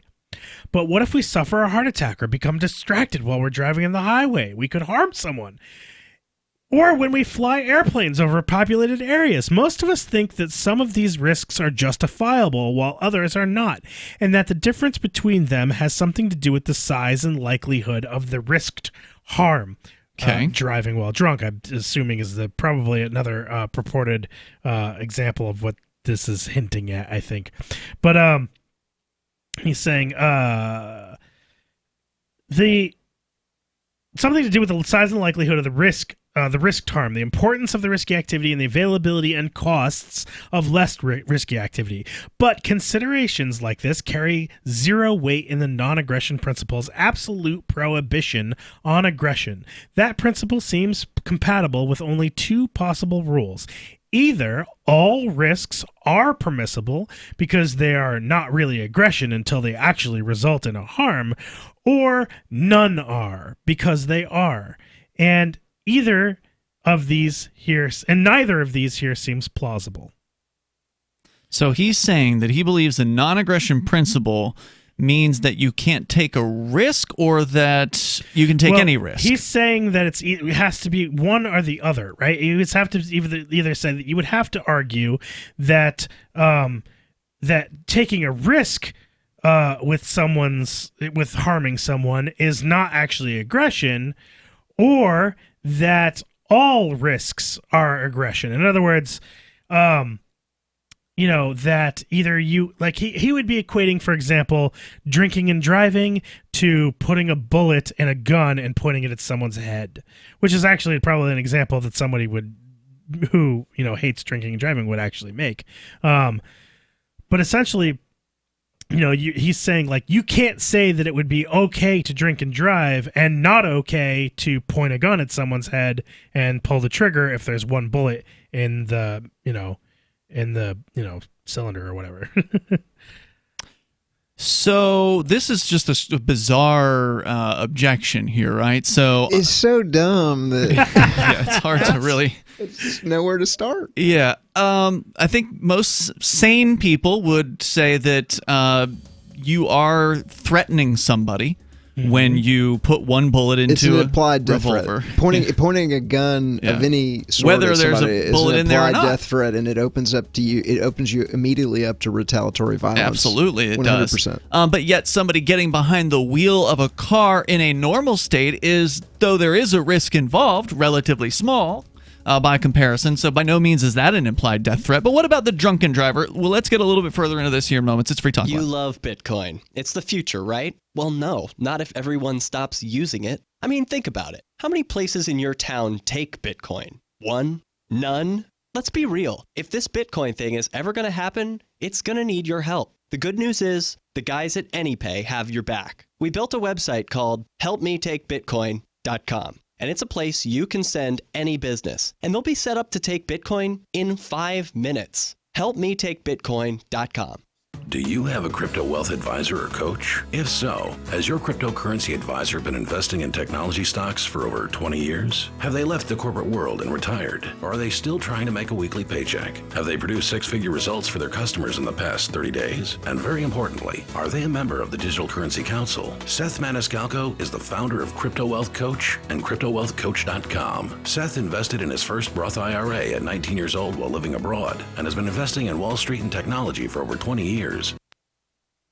Is oral health important to you? If you don't like your own teeth, fresh breath, or kissing people, then by all means stop listening. Several years ago, I met Jessica Armand, founder and CEO of My Magic Mud, and I became passionate about the product that she created and never want to live without it. It's clinically proven to whiten teeth, but I find it does much more. They want you to love My Magic Mud as much as I do, so they're giving you a money-back guarantee plus 20% off. Go to mymagicmud.com and use coupon code FTL20 at checkout. mymagicmud.com, FTL20. LRN.FM now has a Discord. Discord is a free text and voice chat platform, and we now have our own server with a bunch of channels at discord.lrn.fm. You can join other listeners as they chat about various things during our live shows, or anytime, day or night. Discord software is available cross-platform, so you can have it on whatever device you want and take your chats anywhere. Join our Discord at discord.lrn.fm. That's discord.lrn.fm.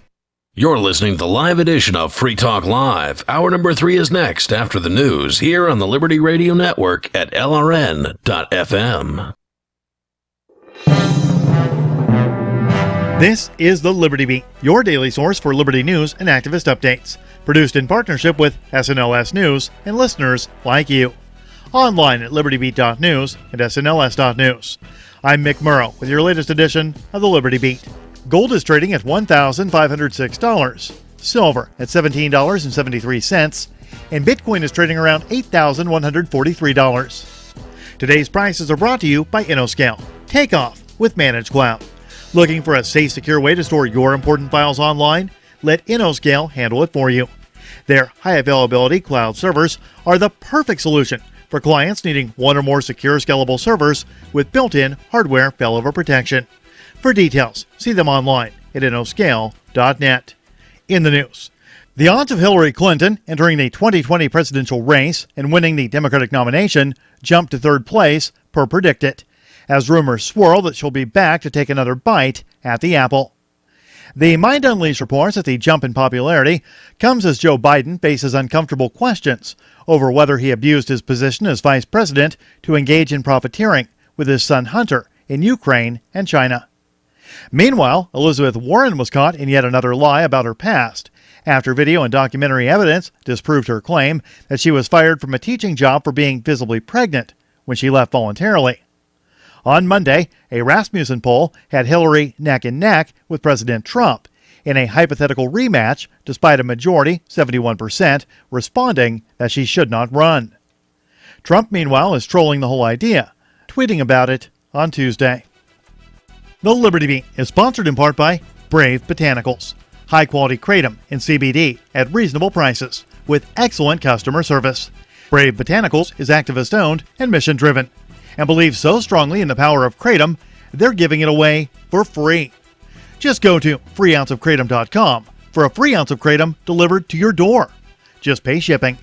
That's freeounceofkratom.com. This is the latest edition of the Liberty Beat. Find us online at libertybeat.news and snls.news. Your news now continues.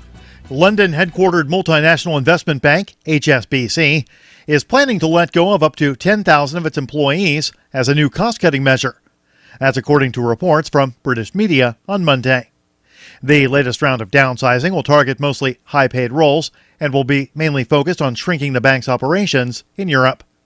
Activist Post reports the news comes just a few weeks after the investment bank announced the previous firing of up to 4,700 employees, about 2% of its global workforce.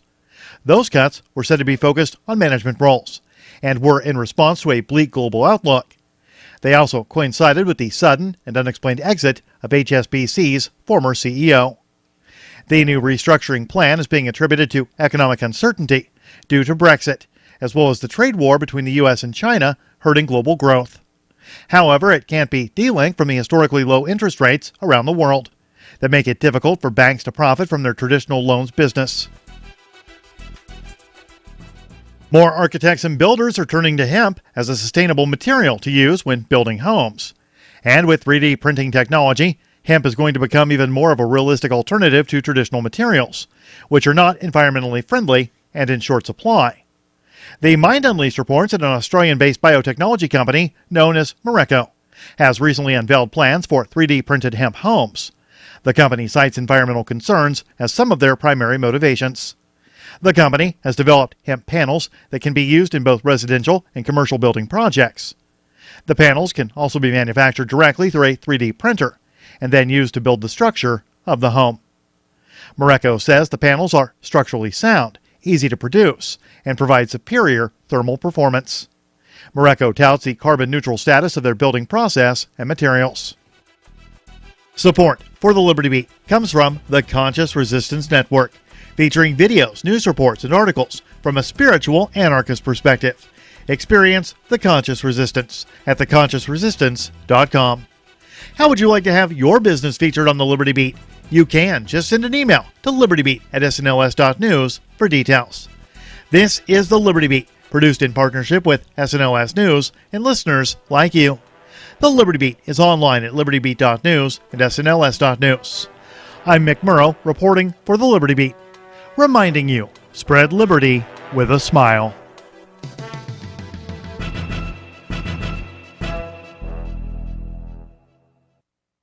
Officials at PepsiCo announced today the upcoming launch of Mountain Dew Cinnablast after the company's market research team unknowingly fell victim to a malicious focus group that convinced them cinnamon-flavored Mountain Dew was the next big thing. The people in the focus group, they couldn't get enough of it. And then they said, the more cinnamon, the better. So we are going to put in more cinnamon.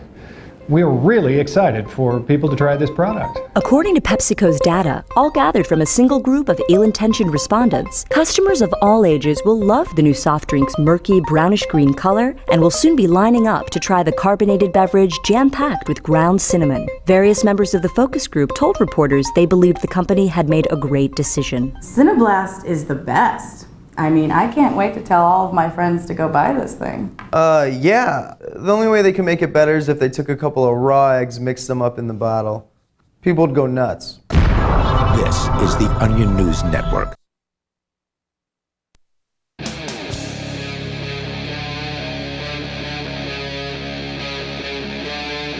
Free Talk Live. It's Free Talk Live. You can join us here. The toll-free number is 855-450-FREE, like freedom. That's 855-450-3733. We have the Discord call-in line rooms over at discord.lrn.fm. And with you in the studio tonight, you've got Ian. And Johnson. And Etienne de la Boetie. We have been talking about this article, Johnson, that you brought in here tonight. It is a criticism of the idea of the non-aggression principle. I want to devil's advocate for this last bad, you guys both attacked it as a very bad argument.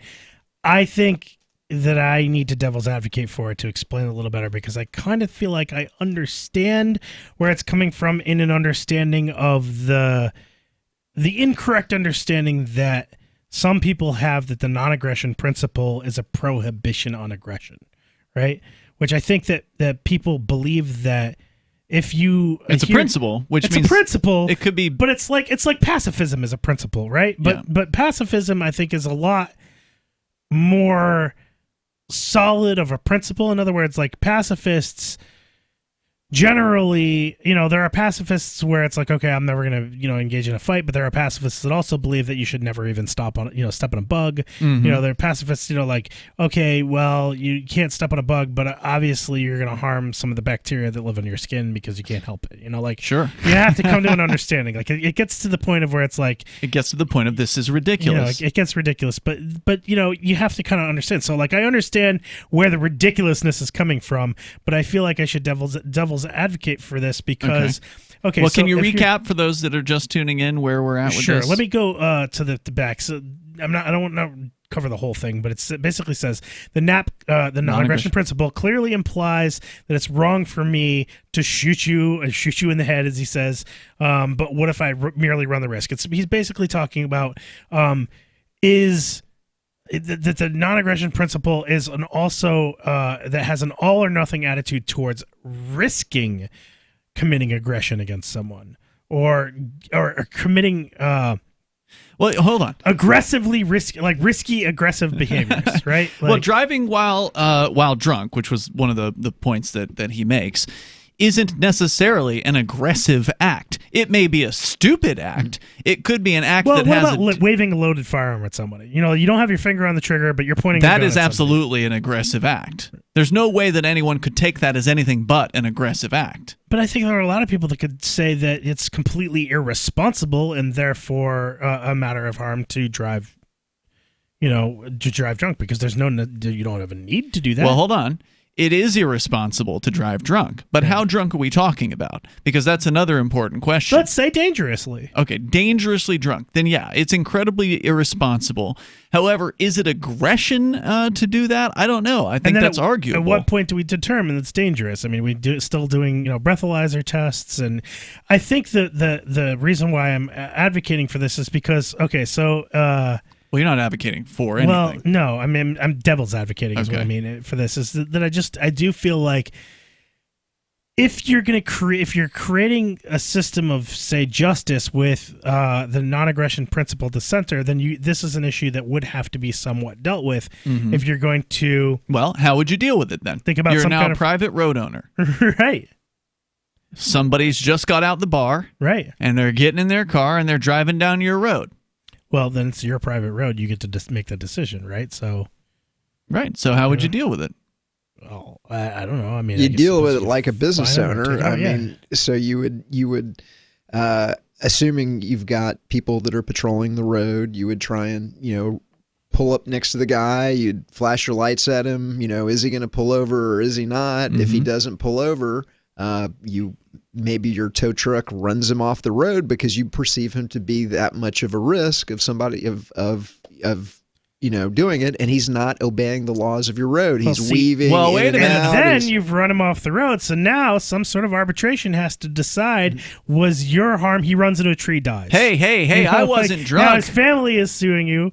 Right? I wasn't drunk. I was having a diabetic shock attack here. I was out of it. I couldn't control my car. It wasn't because I was drunk. Well, then, so the assumption is if you can't control your car and it's out of control, then somebody needs to stop you. Stop you. Right. So the reason why I devil's advocate for this, because justice, right? First of all, I thought you were devil's advocating just because he had made such a dumb argument that you felt the need to strengthen it so it makes somewhat of a little bit of sense. Yeah, well, that's part of it, but I think that the point that's being brought up that it was sort of poorly brought up, is that. And you made a good example here with this, running the guy off the road, and he could be having a diabetic attack, and right, justice and sort of mediating, right, is extremely complicated. Mm-hmm. So our existing legal system is already a gigantic mess. So if you're going to put this principle, the non-aggression principle, at the center of a justice system and try and sort of figure out between people, how someone is going to be made whole based on any kind of reciprocity or level of which they've committed aggression against someone else, right? To any kind of like with respect to the severity of the aggression, right? How does that get figured out with light to this whole risky situation? In other words, like if you're waving a gun at someone versus driving on the road, I mean, is it a bigger violation? Well, is it not? It's a way bigger violation to wave a gun at somebody because that's an imminent threat to that person, or at least it can be perceived and should be perceived in that way. Somebody driving down the road. But isn't that subjective? In other words, what I'm saying is that there's these subjectives. Most people are who lots are of sane, subjective things. Everything in this case is subjective. In the case of driving down the road, it's subjective in the way the person is driving. If you are S-faced drunk and you just get out of a bar and you hop behind the wheel, but you are at least aware that you're S-faced, it's still drunk driving to go 5 miles an hour down the road, but you're not a threat to anybody at that point, right? Right. Like if you know you can get home as long as you're able to go 5 miles an hour and you just kind of take your car home as slowly as you possibly can, you're probably going to be all right. There's a good chance of that. In this society, if the cop sees you going 5 miles an hour, you better believe you're getting pulled over and you're going to get a breathalyzer and you're going to get taken to jail, even though you probably would have been fine to get home in that case. Whereas somebody with a gun waving it at somebody, there's no circumstance under which that's ever okay, unless you're filming a movie or something like that, and then everybody's consenting and there's cameras around or something. Well, I think you have neighbors across the street even that would disagree with you about that.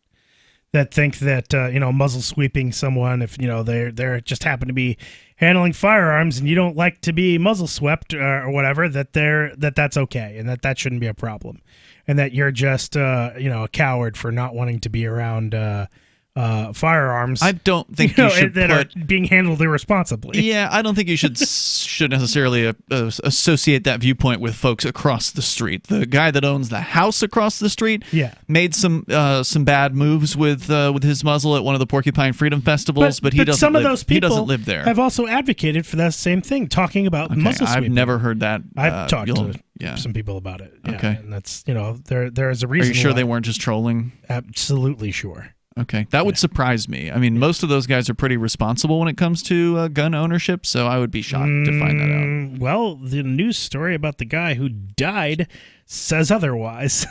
Guy who died? Yeah, he walked in front of they were not being responsible, and somebody walked in front of, when there was firing range going on or some target practice, and was shot in the head. Where was this?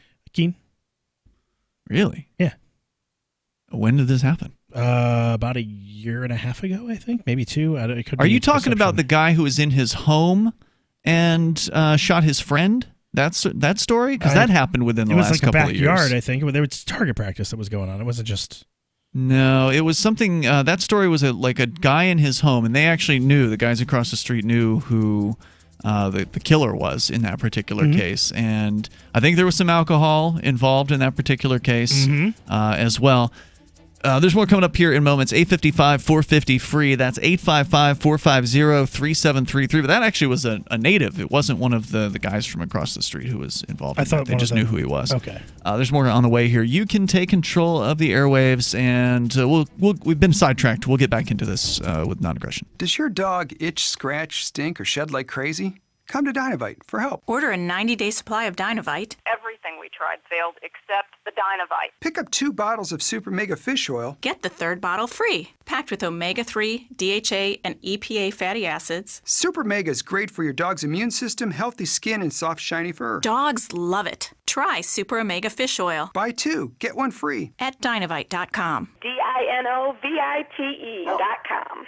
Bitcoin.com has launched a trading platform at local.bitcoin.com, allowing you to buy or sell Bitcoin Cash via dozens of payment methods like PayPal, Venmo, bank deposit, remittances, or meeting in person with cash. There are no ID requirements to sign up for and use the site, and all communications between buyers and sellers are encrypted. Finally, a global trading platform that respects your privacy. Visit local.bitcoin.com to get started trading Bitcoin Cash. Local.bitcoin.com. Warning, this is a privacy alert. You are being spied on right now as I speak by your phone. If you want this to stop, visit GoDarkBags.com and we'll show you how elite military units protect themselves and how you can too. Go Dark Bags are lab tested and guaranteed for life. Visit GoDarkBags.com now and enter discount code FTL to save 15%. That's GoDarkBags.com. Discount code FTL. Your privacy depends on it. End transmission.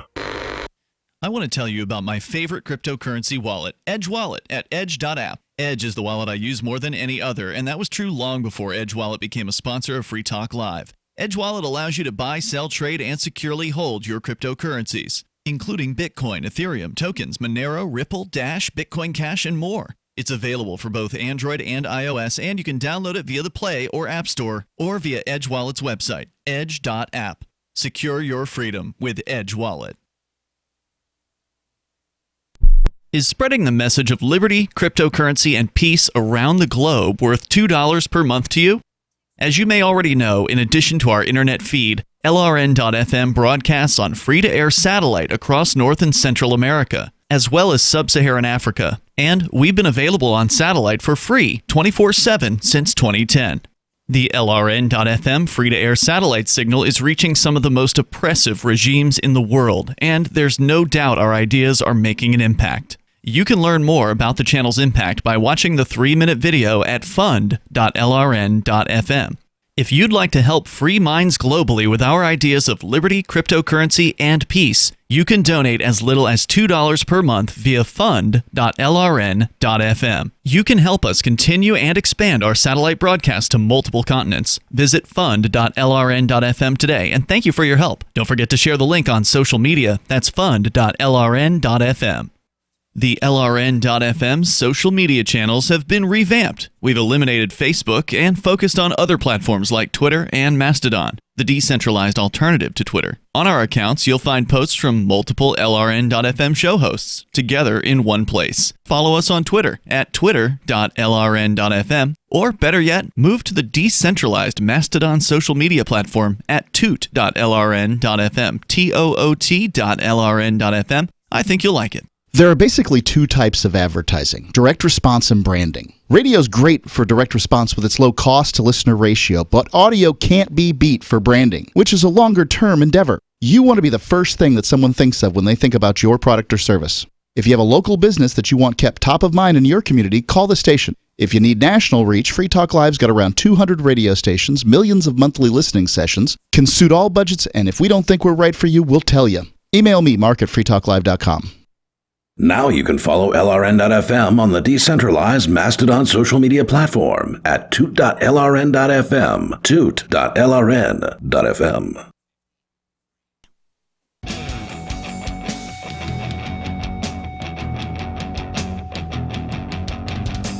It's Free Talk Live. You can bring up anything you want here. The toll-free number is 855-450-FREE, like freedom. That's 855-450-3733. We have the Discord call-in line rooms over at discord.lrn.fm. Joining you in the studio tonight, Etienne. And Johnson.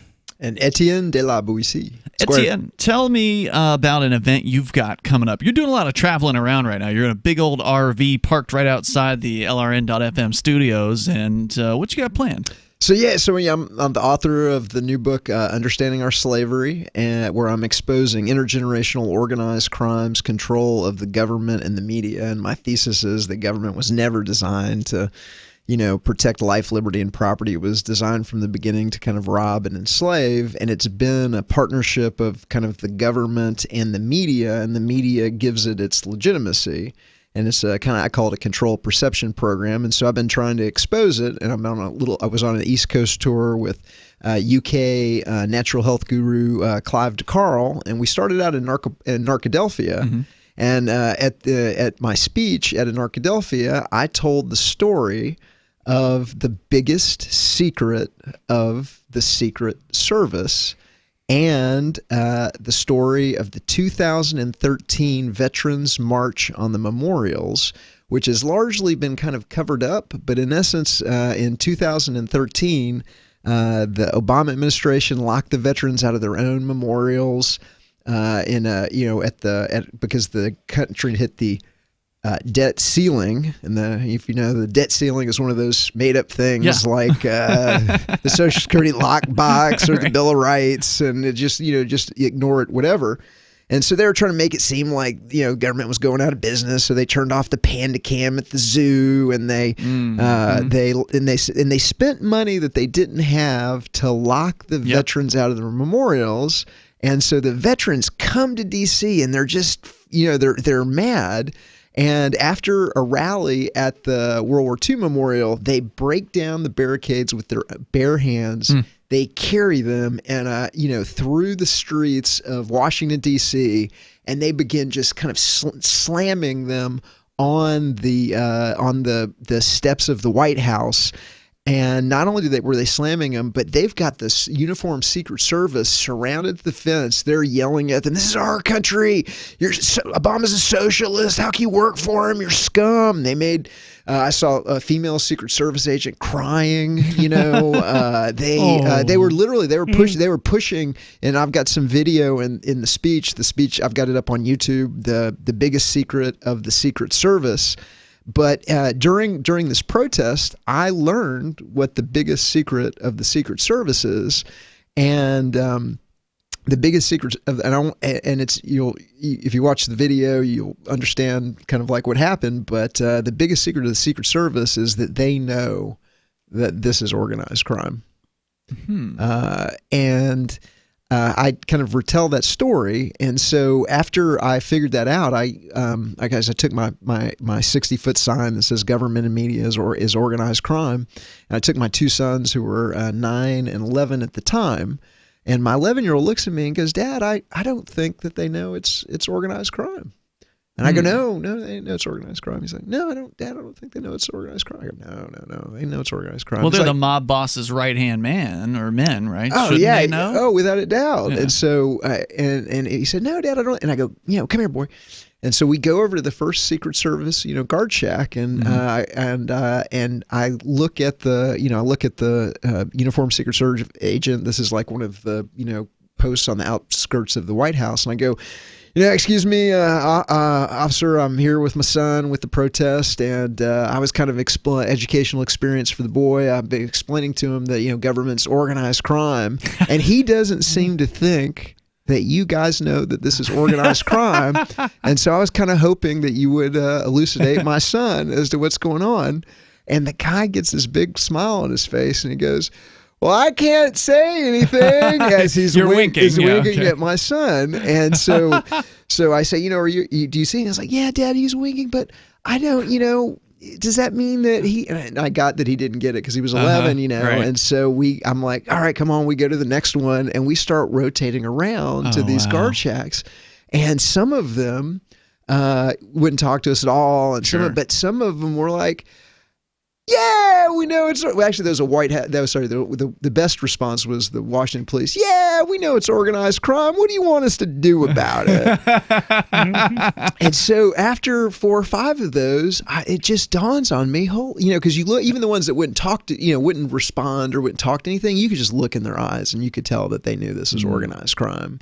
And so it just dawned like, oh my God, they all know it's organized crime. And so now I kind of change up my tactics, and I begin going from, guard post to police officer. And I say, "Hey, I know," and by the way, there's a full-scale riot going on. So now all the veterans have arrived behind us. They're throwing all of these, barricades in a row. They've got the Secret Service surrounded up against the fences. They've got snipers deployed on the, the roof of the White House that they make visible. There was another sniper team at the base of the White House leaning on their gun bags, kind of like looking, menacing, trying to menace the crowd. And so now I switch it up and I start going around. I say, "Hey guys, I've been talking to all these different guard posts, and all you guys know that this is organized crime. Today is the day to do something about it. You've got the Army here.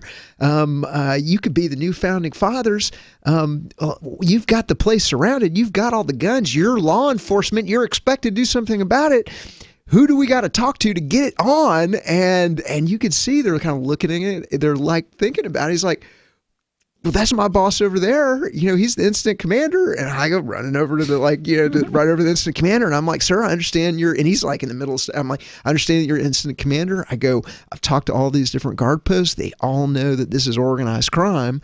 Why don't we do something about it? Who are the leaders that we've got to kind of get on board to get this thing done? And he's like, well, that's my boss over there. So I go over, start talking, and I just start rotating around all these different officers, and you would be surprised. I got a kind of a good vibe off some of them. They knew it was organized crime. They wanted to do something. They were literally thinking about it. The Army is shaking the gates of the White House. We got the military here to do something about it, and they're all pissed.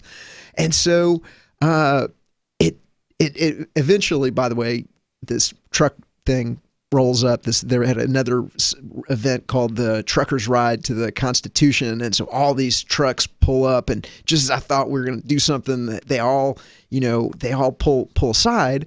One final kind of event. So after I realized it, I'm standing in front of one of the gates of the White House with Secret Service lined up, against the gate. And so I'm standing up in front of the Secret Service where they can absolutely positively hear me in front and talking to the entire crowd. And I'm like, I've talked to all of these Secret Service agents and Park Police agents. They all know that this is organized crime. They just need to know that you know that it's organized crime and you want them to do something.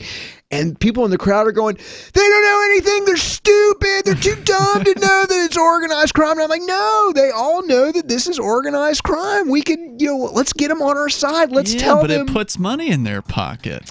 To a certain degree, but I honestly think that there are probably some good people that got into it for the right reason. I think that's true. Yeah, they got into it for the right reason. And the question is, do the good people outnumber the bad people? And they've got to see the pain and the destruction and the murders. Ultimately, and the they didn't bombing. take your suggestion, though. They didn't flip. But hold on, we're going to continue here in a moment. This is leading to where you're going next, right? Whatever the event is that's coming up here at Free Talk Live. Gold has definitely been on the move recently, and there is no more secure investment historically. McIlvaney ICA has been helping people take delivery of precious metals and find storage options for decades. They've helped thousands of investors with their precious metal IRAs. Call ICA today for your free portfolio review at 800-525-9556 or download their free report online at ICAGoldSilver.com to learn how you can double your gold and silver ounces even within an IRA. 800-525-9556. ICAGoldSilver.com. Free Talk Live is now on more than 200 radio stations nationwide. We've had more than 18 million podcast downloads, and we claim millions of listens a month. We're a multimedia ad venue with print, email, web, and terrestrial radio marketing platforms. We strive to have ad packages that cater to advertisers big and small. Contact me today at marketfreetalklive.com to see what we can do for you. Marketfreetalklive.com. If you're a local advertiser, contact this station. But if you can service a national audience, contact me, marketfreetalklive.com. Hi, I'm Derek J. I don't want a politician to represent me. To me, government is the idea that one group of people can coerce everyone to comply with an edict or face increasing punishments up to and including death. Despite perhaps the most noble of intentions, the best government services are a far cry from what could be provided for by voluntary interactions. Besides, the people who call themselves the government wage wars and put peaceful people in jail for crimes involving no victims. If Starbucks used some of its money to drop bombs, I wouldn't shop there. So why would I support the American empire? The empire does not require my consent. Derek J's Victimless Crime Spree. Watch it for free and order the Director's Cut DVD at victimlesscrimespree.com. That's victimlesscrimespree.com. What do you shop for that you could otherwise buy at Amazon? Pretty much everything, right? Amazon has competitive pricing and they deliver, and that's a big plus. If you could plan ahead in your shopping, would you be interested in saving up to 33%? There's a catch. You have to do your shopping in Bitcoin. But imagine those savings. It's like a huge raise. All you have to do is go to saveitpurse.com. We've saved thousands, and you can too. Plan ahead and save. Saveitpurse.com. Some of you asked, and now we've delivered. LRN.FM's live Keene, New Hampshire studio shows are now streamed in HD on Twitch. Visit our channel at twitch.lrn.fm and give it a follow. If you have Amazon Prime, you get one free subscription on Twitch. If you use it on our channel, Twitch will give LRN.FM a monthly piece of your Prime subscription cost. So please watch, follow, share, and subscribe to twitch.lrn.fm. That's twitch.lrn.fm. This is a special alert for business owners, consultants, coaches, folks planning retirement, entrepreneurs, and anyone who is saving and investing to build a financial future. You are likely aware that financial privacy for most people has recently died a miserable death. And let's face it, without privacy, there really is no security, is there? Bankrupt governments and banks on the verge of collapse are perhaps the biggest threat to your financial future today.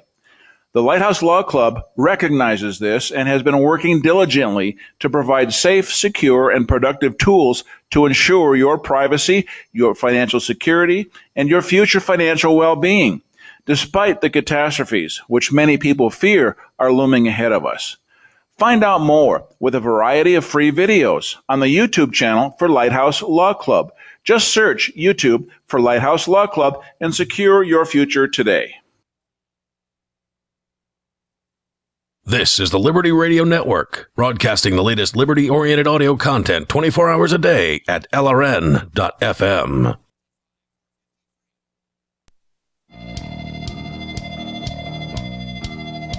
This is Free Talk Live. You can bring up whatever you want here. The toll-free number is 855-450-FREE like freedom. That's 855-450-3733. We also have the Discord call-in line rooms over at discord.lrn.fm. In fact, there are a couple folks on those Discord lines. We're going to get to your calls and thoughts.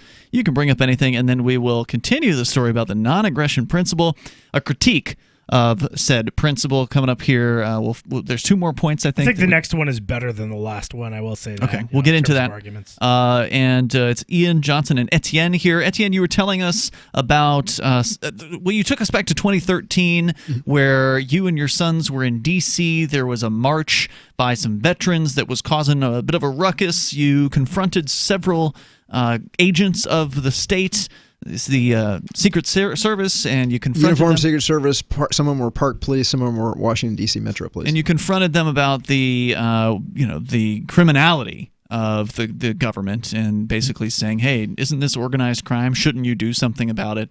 And while it looked like they might have agreed with you, they didn't do anything about it. But that was kind of where you left the story off. So once these truckers pull off, the rally kind of dissipated. But it struck me that even though we didn't do it that day, that I learned the biggest secret of the Secret Service, and that is that they all know that this is organized crime. Mm-hmm. And I got some good vibes from some of them, and I got some evil vibes from some of them as well. Sure. But the good vibes seemed to outnumber the evil vibes. Okay. And you could tell that they felt, I felt like they felt bad about, the fact that they knew it was organized crime and couldn't do anything. And so it just struck me, I've got a little bit of a new solution for liberty. Instead of, going to Washington, D.C. and protesting or arguing about football issues, why don't we go and talk to the Secret Service and the Park Police and begin, socializing with them that, hey, we know that you guys know this is organized crime. We support you to do something about it. And so I've put together something that I call Citizens Arrest 2020. And so the original Veterans March on the Memorials was October 13th, 2013. This coming up Sunday is the 6th anniversary of the Veterans March on the Memorials. Okay. And so I'm going back. I'll be down there from 12 o'clock until 2 o'clock. We're going to meet at the World War II Memorial. I've got a Facebook event. Facebook? I know, Fedbook. I've got a Fedbook event, but also I'm just That's, by the way, one of the other things Liberty.menu does. Liberty.menu, you can put events on there. Anyway, go ahead. I'm going to make a Liberty.menu event as well. But the point of it is I'm going to go down there from 12 to 2, and I'm just going to switch up my tactics, and I'm going to begin building the case with the Uniformed Secret Service, the Park Police, hey, this is organized crime. I've got the, my flash drive, the Liberator, which has 8 gigabits of evidence of government criminality. It's got my book on it for free, and begin explaining, hey, this is the organized crime system. And I think if we go back, I'm going to see if I can build some momentum for it. On or about the 13th of every month, just see people, go to D.C. and begin educating people. And when the 7th anniversary in October 13th, 2020, if we've done our job correctly, then maybe there's enough people. And maybe we've built enough support that they just open the doors. We peacefully, walk in, take over, arrest these, whoever the criminals are. And then we never have another election, and the federal government is dissolved. So we're going to make some suggestions on peaceful and orderly dissolution of the federal government, which really has to happen. I mean, Bring in Adam Kokesh. I hear he wants to help with that. It's a great idea. Yeah. It's a great idea. I don't think it's going to go anywhere. Adam Kokesh is the right guy to do it, but if the LP really wanted to win election, they would put somebody up there that had the courage to say, hey, this is an organized crime system. This is it's not legitimate. You can't delegate rights you don't have yourself. You can't be bound by a contract. So we need to begin to roll it back. Because it's the only way to have. I think that this way that it can possibly end well, because the path that we're on right now goes to economic collapse and boxcars. Yeah, I don't think there's anything wrong with education, which is certainly what you're talking about doing, is educating people, handing out the copies of your book in digital form. I think that's a great idea. I don't think it can hurt to do that stuff. It's just I don't believe there's any hope for D.C. I think that the only way out of this is by getting out of the Union. Secession, for instance, having New Hampshire just completely say leave it behind. That's the other thing I'm working on with the pre-state project. Oh my God, I want to talk about that too. But let's go to the phones here, because we've got folks that have been waiting patiently to get on the air with us. So let's talk first to Mouth-Breathing Dullard. He's on our Discord line. You're on Free Talk Live. Etienne, I took a morality and ethics class at State University and had to study everybody from Locke to Mill to Kant to Montesquieu to Rawls and, of course, Dworkin. Can't remember anybody named Etienne. But any self-respecting Logic 101 teacher, professor would tell you that keep repeating organized crime.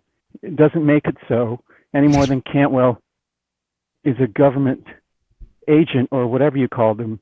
He's controlled opposition. He's just white. He's just alt-white trash who's monetized Stefan Molyneux's theories on his Radical Agenda show. So if government isn't organized crime, what is it then? But I wanted to repeat the point, try to finish the point about any self-respecting Logic 101 professor would tell you that arguments based on anecdote and appeal to authority on a video cam are just dumb, and doesn't make it so any more than our government is an organized crime family, or that 9/11 is an inside nut job like you are. And the Libertarian Party will never, ever win in the ballot box while we got clowns like you traveling the country in an RV making our party look like a bunch of fools. Your party? That is an argument. It's an anecdote. That's a fact. You're an absolute idiot. All right. And I should like to know if you're coming to the Southwest. Thanks for the call tonight. Have another one.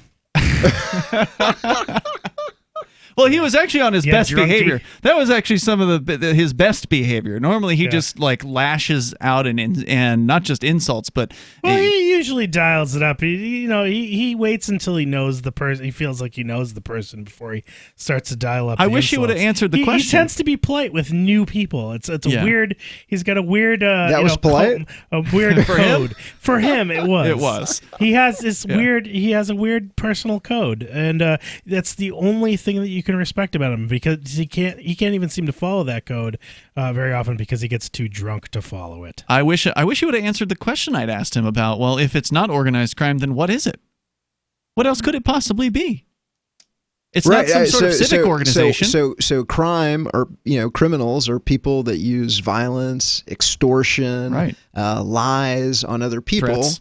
And they seem to be organized, and so I don't understand how that doesn't meet the definition of organized crime. Not only are they organized crime, they're the most successful organized crime on the planet. And they're so successful that they can afford a multi-trillion-dollar propaganda and indoctrination system that it takes children when they're young, puts them into the mandatory government school, and teaches them that it's okay to use violence and extortion when the government does it.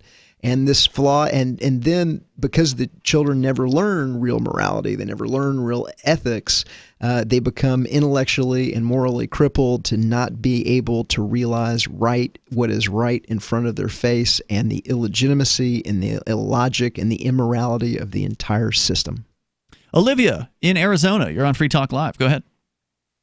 Hey, Ian, Etienne, and Johnson.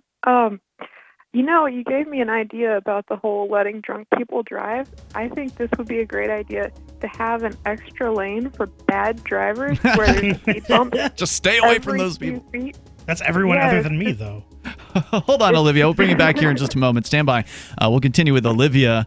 The bad driver lanes, interesting idea. The toll-free number here, 855-450-FREE. And that's the kind of thing that could come out of a marketplace, right? Like market innovation, new ideas. We don't get that out of government roads ever.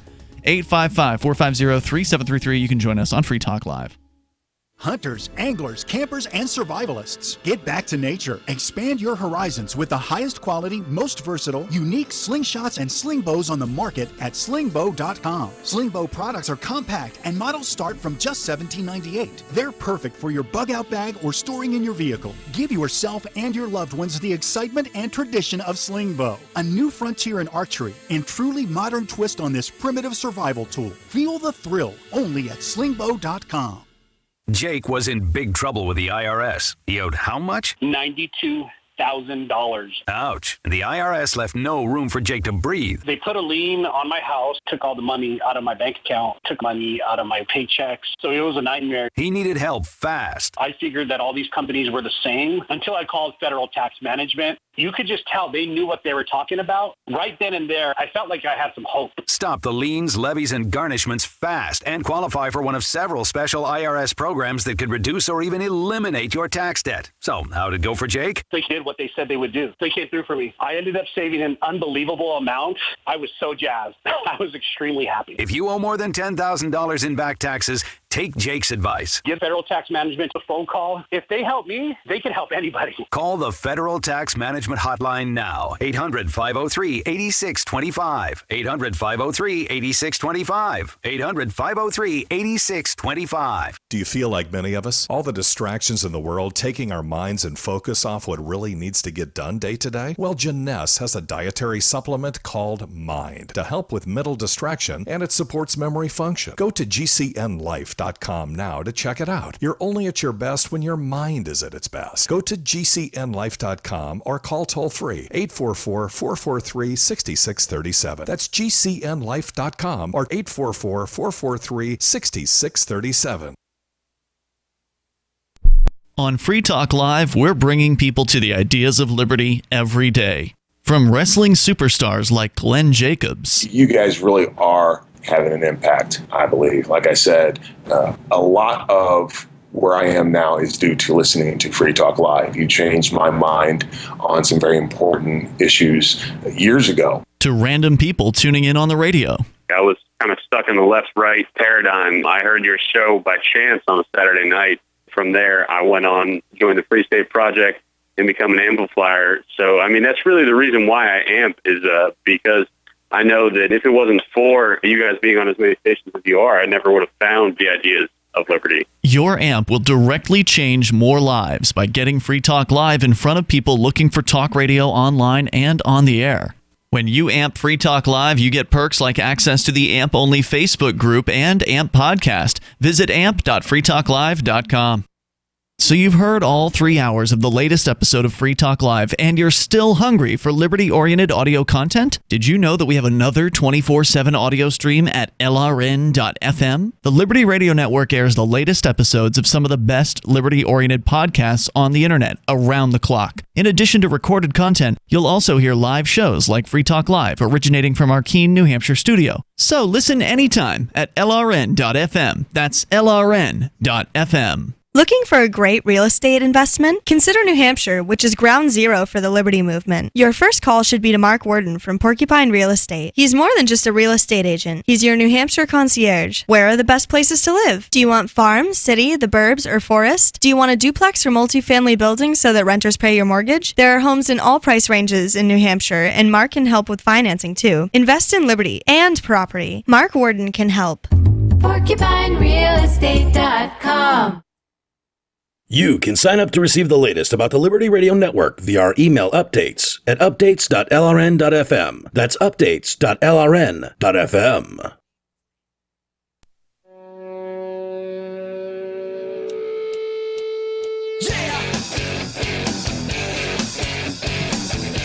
This is Free Talk Live. You may dial the toll-free number here and get in the remaining moments. Enough time for you if you got on the phones right now. 855-450-3733, 855-450, free like freedom, or call on our Discord call-in line rooms. With you in the studio tonight, it's Ian. And Johnson. Etienne de la Boetie squared. Etienne's book is Understanding Our Slavery. His website, understandingOurslavery.com. Johnson's website, libertyminded.com. You were just showing Etienne some of your T-shirt designs, one of which you are wearing tonight. That's super cool T-shirts. Really good stuff. Great libertarian, liberty-minded, principled shirts.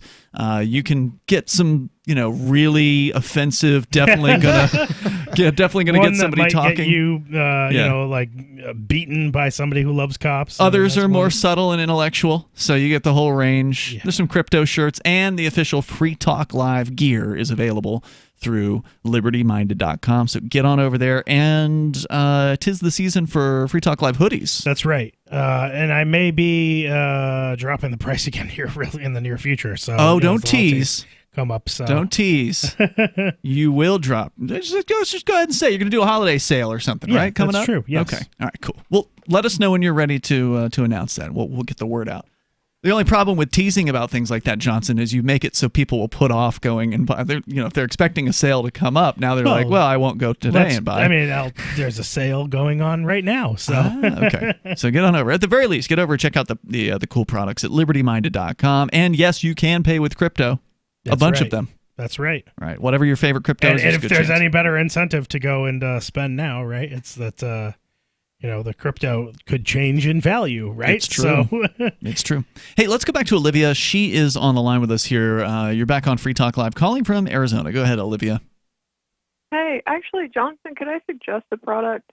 'Cause I do have a ton of T-shirts. It would be cool? Patches. Like, if I could just throw a patch onto a shirt I already have, that would be really cool. Yeah, I do. That is a product that I've long wanted. I mean, but specifically, what are you looking for? Free Talk Live patches, or are you looking for just in general? I think in general, like, you're cool. You have really good slogans. So, like, I just want to stick them on different things, like bags or I don't know.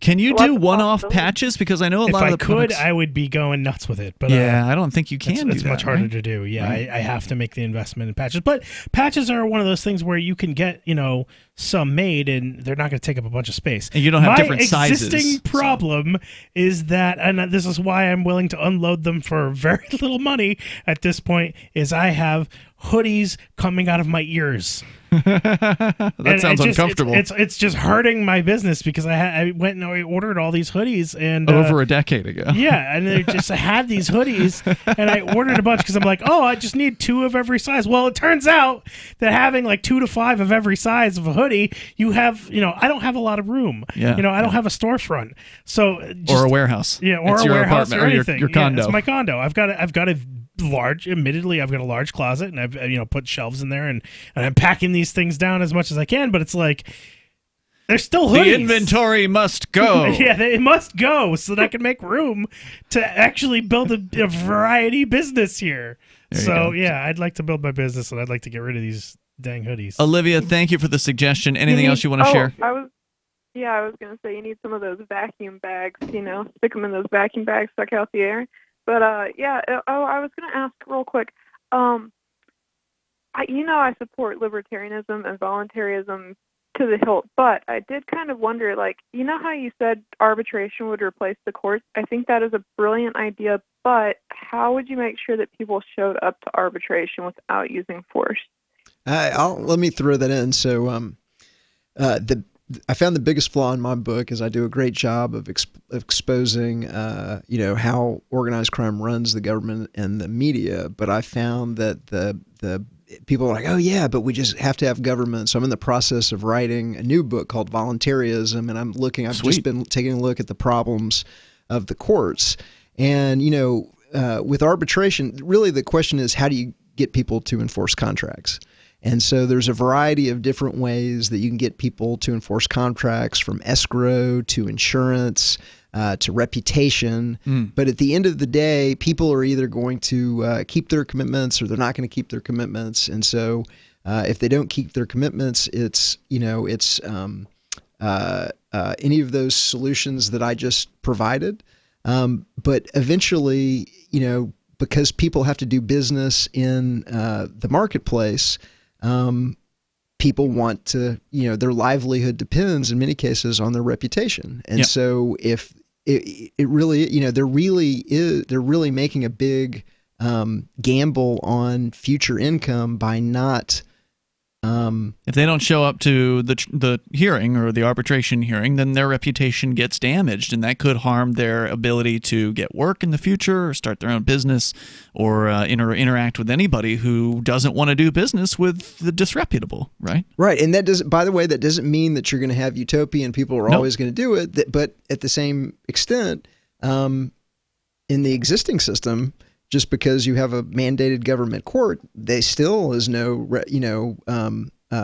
guarantee that they're going to show up or be able to. If someone wants to be an outlaw, they're going to be an outlaw. They're going to be an outlaw. And they're going to take whatever the consequences are of that. And as a business owner or somebody who enters into contracts with people, you'll want to make sure you're not dealing with those people. You want to check their reputation, which means identity will be an important thing in this marketplace that we're talking about. Mm-hmm. Those who aren't willing to, connect themselves to some form of history or past should be treated as an unknown. And that means they won't get the best interest rates. It means they won't get the best apartments to rent. It means all kinds of consequences. And caveat emptor, buyer beware. Yeah. And so people that have name brand reputations you do business with. And there's a great book, and thank you, Olivia, for the call tonight. I appreciate hearing from you, that I read a long time ago called The Market for Liberty, that really goes into some detail, and I suspect you're going to cover some of the same ground in the book you're writing. Morris and Linda Tannehill were the authors of that book. I thought it was so great because for me it really helped me kind of grasp how the question or the answer to the question that Olivia is asking about, well, how would the marketplace handle courts and justice? Because it's easy for small government people to say, well, we only need the government to do courts and justice and, that kind of thing. Well, what if we got the marketplace doing those things? What would that actually mean? And they wrote the book in the 70s, before we had an internet, before we had the ability to move information in an instant. And they really had some, I would say, visionary ability to predict these things that we're talking about here that could come to play. If you haven't checked that one out, Etienne, you really ought to. It's a good one. Took a mental note. I was gonna say I don't know how much time we have. Not much. The next argument on that. Oh yes. This attack on the NAP. The critique against the non-aggression principle. principle. One that bothers me. I mean, I know we aren't going to be able to get to all of them. Maybe we can cover this one. I don't know. It's okay. The next one here is no prohibition of fraud. Libertarians usually say that violence may legitimately be used to prevent either force or fraud, but according to the non-aggression principle, the only legitimate use of force is to prevent or punish the initiatory use of physical violence by others. And fraud is not physical violence. If I tell you that the painting you want to buy is a genuine Renoir and it's not, I have not physically aggressed against you, but if you buy it, you find out it's fake, and then send police or your protective agency over to my house to get your money back, then you are aggressing against me. So it does not. So not only does a prohibition on fraud not allow you not follow from the NAP, non-aggression principle, it is not even compatible with it, since the use of force to prohibit fraud itself constitutes the initiation of physical violence. And the reason why I think this one is better is only because this is one that's always bothered me about a lot of libertarianism in general, or libertarians who don't seem to have any problem with fraud. And I don't think of individual instances of fraud. Like, in other words, I have no problem with caveat emptor.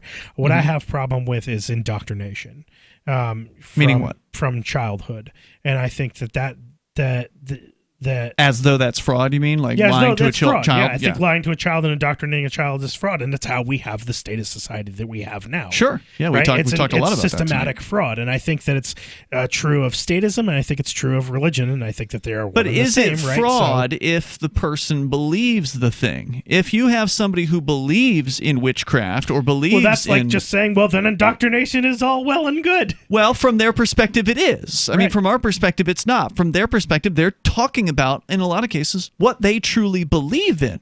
The people who are teaching the state to students don't disbelieve in the state and are lying to the kids about it like they do with Santa Claus, right? Like Santa Claus is straight up fraud, or it's a lie, at least. The children aren't defrauded out of anything beyond their belief system, which could be damaging. But beyond that, my point is the teachers believe this stuff. Right. They're not telling a lie. They're not purposefully misdirecting. They're just passing on their religious beliefs to somebody. And this is an interesting discussion. Unfortunately, we don't have time to get deeper into it. We can continue tomorrow night. Join us online. In the meantime, you can do that at freetalklive.com.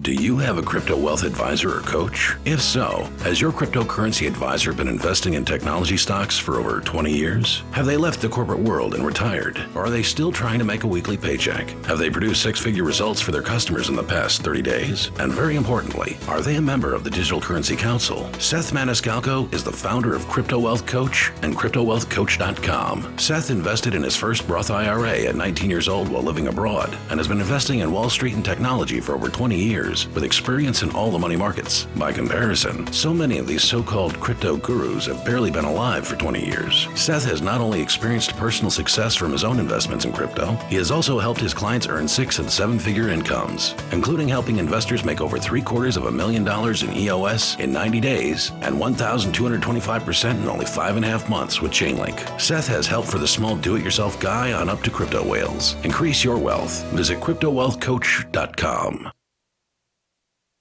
Are you tired of governments murdering people around the world? Stop using their money. There is an alternative. Bitcoin is a stateless, free market, non-political currency. Bitcoin cannot be inflated or controlled by any government. By using their money, you are helping the state. Stop doing it! You have an incredible alternative available now. Learn it, use it, spread it. Get started with Bitcoin at Bitcoin.com. That's Bitcoin.com. If you want to know the latest about Free Talk Live before we go on the air, all you need to decide is how you want it delivered. It's your choice. Visit news.freetalklive.com to receive our usually weekly news updates by email. Plus, we have a Twitter account at twitter.freetalklive.com, and you can follow us on the decentralized Mastodon platform at toot.freetalklive.com. So please follow us at toot.freetalklive.com and sign up for our emails at news.freetalklive.com.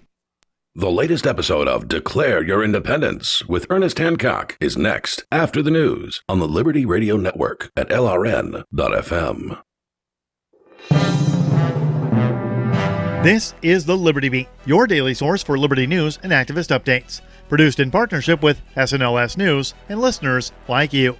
Online at libertybeat.news and snls.news. I'm Mick Murrow with your latest edition of the Liberty Beat. Gold is trading at $1,506, silver at $17.73, and Bitcoin is trading around $8,143. Today's prices are brought to you by InnoScale. Take off with Managed Cloud. Looking for a safe, secure way to store your important files online? Let InnoScale handle it for you. Their high availability cloud servers are the perfect solution for clients needing one or more secure, scalable servers with built-in hardware failover protection. For details, see them online at InnoScale.net. In the news, The odds of Hillary Clinton entering the 2020 presidential race and winning the Democratic nomination jumped to third place per Predictit, as rumors swirl that she'll be back to take another bite at the apple. The Mind Unleashed reports that the jump in popularity comes as Joe Biden faces uncomfortable questions over whether he abused his position as vice president to engage in profiteering with his son Hunter in Ukraine and China. Meanwhile, Elizabeth Warren was caught in yet another lie about her past, after video and documentary evidence disproved her claim that she was fired from a teaching job for being visibly pregnant when she left voluntarily. On Monday, a Rasmussen poll had Hillary neck and neck with President Trump in a hypothetical rematch, despite a majority, 71%, responding that she should not run. Trump, meanwhile, is trolling the whole idea, tweeting about it on Tuesday. The Liberty Beat is sponsored in part by Brave Botanicals. High-quality kratom and CBD at reasonable prices with excellent customer service. Brave Botanicals is activist-owned and mission-driven and believes so strongly in the power of kratom, they're giving it away for free. Just go to freeounceofkratom.com for a free ounce of kratom delivered to your door. Just pay shipping. That's freeounceofkratom.com. This is the latest edition of the Liberty Beat. Find us online at libertybeat.news and snls.news. Your news now continues. London-headquartered multinational investment bank, HSBC, is planning to let go of up to 10,000 of its employees as a new cost-cutting measure. That's according to reports from British media on Monday. The latest round of downsizing will target mostly high-paid roles and will be mainly focused on shrinking the bank's operations in Europe. Activist Post reports the news comes just a few weeks after the investment bank announced the previous firing of up to 4,700 employees, about 2% of its global workforce. Those cuts were said to be focused on management roles and were in response to a bleak global outlook. They also coincided with the sudden and unexplained exit of HSBC's former CEO.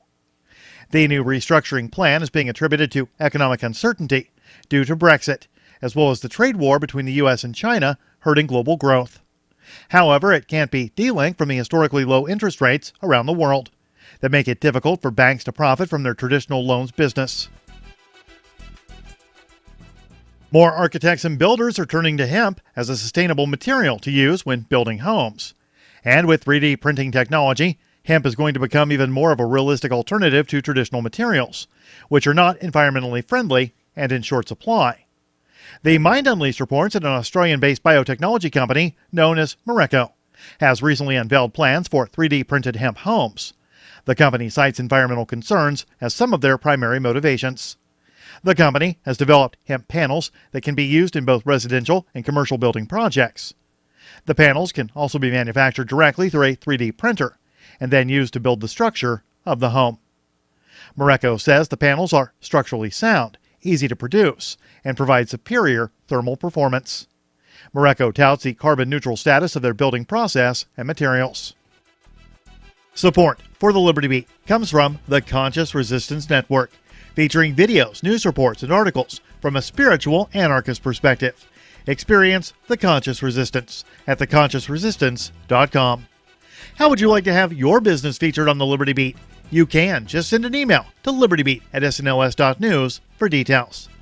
This is the Liberty Beat, produced in partnership with SNLS News and listeners like you. The Liberty Beat is online at libertybeat.news and snls.news.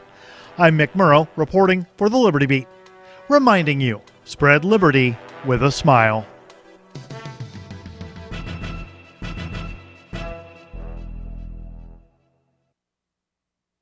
CEO Jeff Potkel went berserk earlier this morning, becoming drenched in his own blood and the blood of several employees as he viciously demanded the staff produce more web video content, or he would, quote, kill them all. We need more videos! Videos with bands! Random videos! Funny videos! I want a video with a celebrity! I don't give a shit which one! You think this is funny?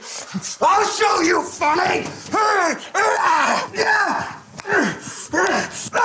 He threw our office manager's body against the door and then told us that nobody could leave unless we came up with 3 original video ideas.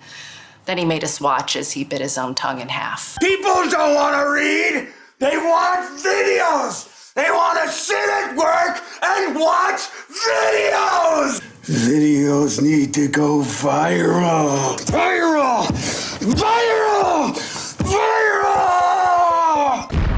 This is the Onion News Network. And now, live from the studios of Freedom's Phoenix, Ernest Hancock. Believe me when I say we have a difficult time ahead of us. But if we are to be prepared for it, we must first shed our fear of it. I stand here without fear because I remember that I am here not because of the path that lies before me, but because of the path that lies behind me. I remember that for 100 years we have fought these machines. And after a century of war, I remember that which matters most. We are still here!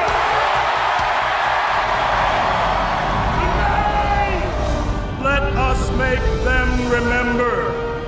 We are not afraid!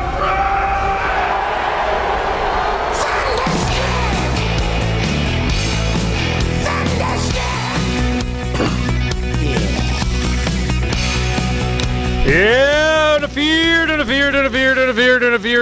here and declare your independence from me, Ernest Hancock, here in Phoenix, Arizona, from the beautiful studios of Phoenix.com. Oh, today we're gonna have some fun. In the third hour, Charles Goyette comes in. We're gonna see what's up with the world. It's always good to talk with Charles. Charles Goyette, been longtime friend and awesome talk show host here in the Valley for years and years and years and years. Anti-war. Yeah, we're going to be doing him. Glenn Kripe is going to come on. Language of Liberty. Whenever we have these guys coming on that are from Nigeria, Senegal, Sri Lanka, Sri something. I mean, it's all Nepal. We had Mexico City, Ukraine, Poland, Russia. It's amazing. They had these young people going and learning about liberty with English authors, because language of liberty, they mean freedom, read a lot of John Locke, Adam Smith, Jefferson, that kind of thing. And you have these kids, they compete to come here. And kids are in their 20s, early 30s, but they apply and they bring about 4 or 5 months. They'll have 6 to 8 people, and they have to go shooting. That's one thing that has to happen, man. They go we're going go shooting. Plus, we interview them each, and it's just interesting as heck. In the first hour, we have Jeff Kurdekis. Now, Jeff, before I butcher your name too much, say it for us so everybody knows how it's supposed to be said. You're one of the closest, I'd say. It's Kurdekis. Usually gets butchered a lot more than that. Thank you. Jeff Kurdekis. Now, Jeff Kurdekis is a recommendation from Tim Pachote from the Liberty Advisor, and whatever Tim says, we do. And he said that Jeff has just got a fantastic bio, really interesting, has one of the largest Facebook meetups, one of the largest Facebook groups of Bitcoin, and he thought it was really interesting, had a background. Let's go ahead and give you a little bio here. Jeff Kurdekis. Am I saying that right? Nailed it that time. Jeff Kurdekis is the founder of an online crypto network of over 1.6 million people. Damn. And the new era social media platform Uptrend with 2 N's. Uptrend, TRENND. Uptrend.com. Jeff is an advocate of personal liberty and self-expression. He is devoted to creating an online ecosystem where people can financially thrive through doing what they love. All right. What do you want to start off at? Your first memory at 3, your beginnings into crypto, going into Uptrend. One of the first things you think everybody should know about you?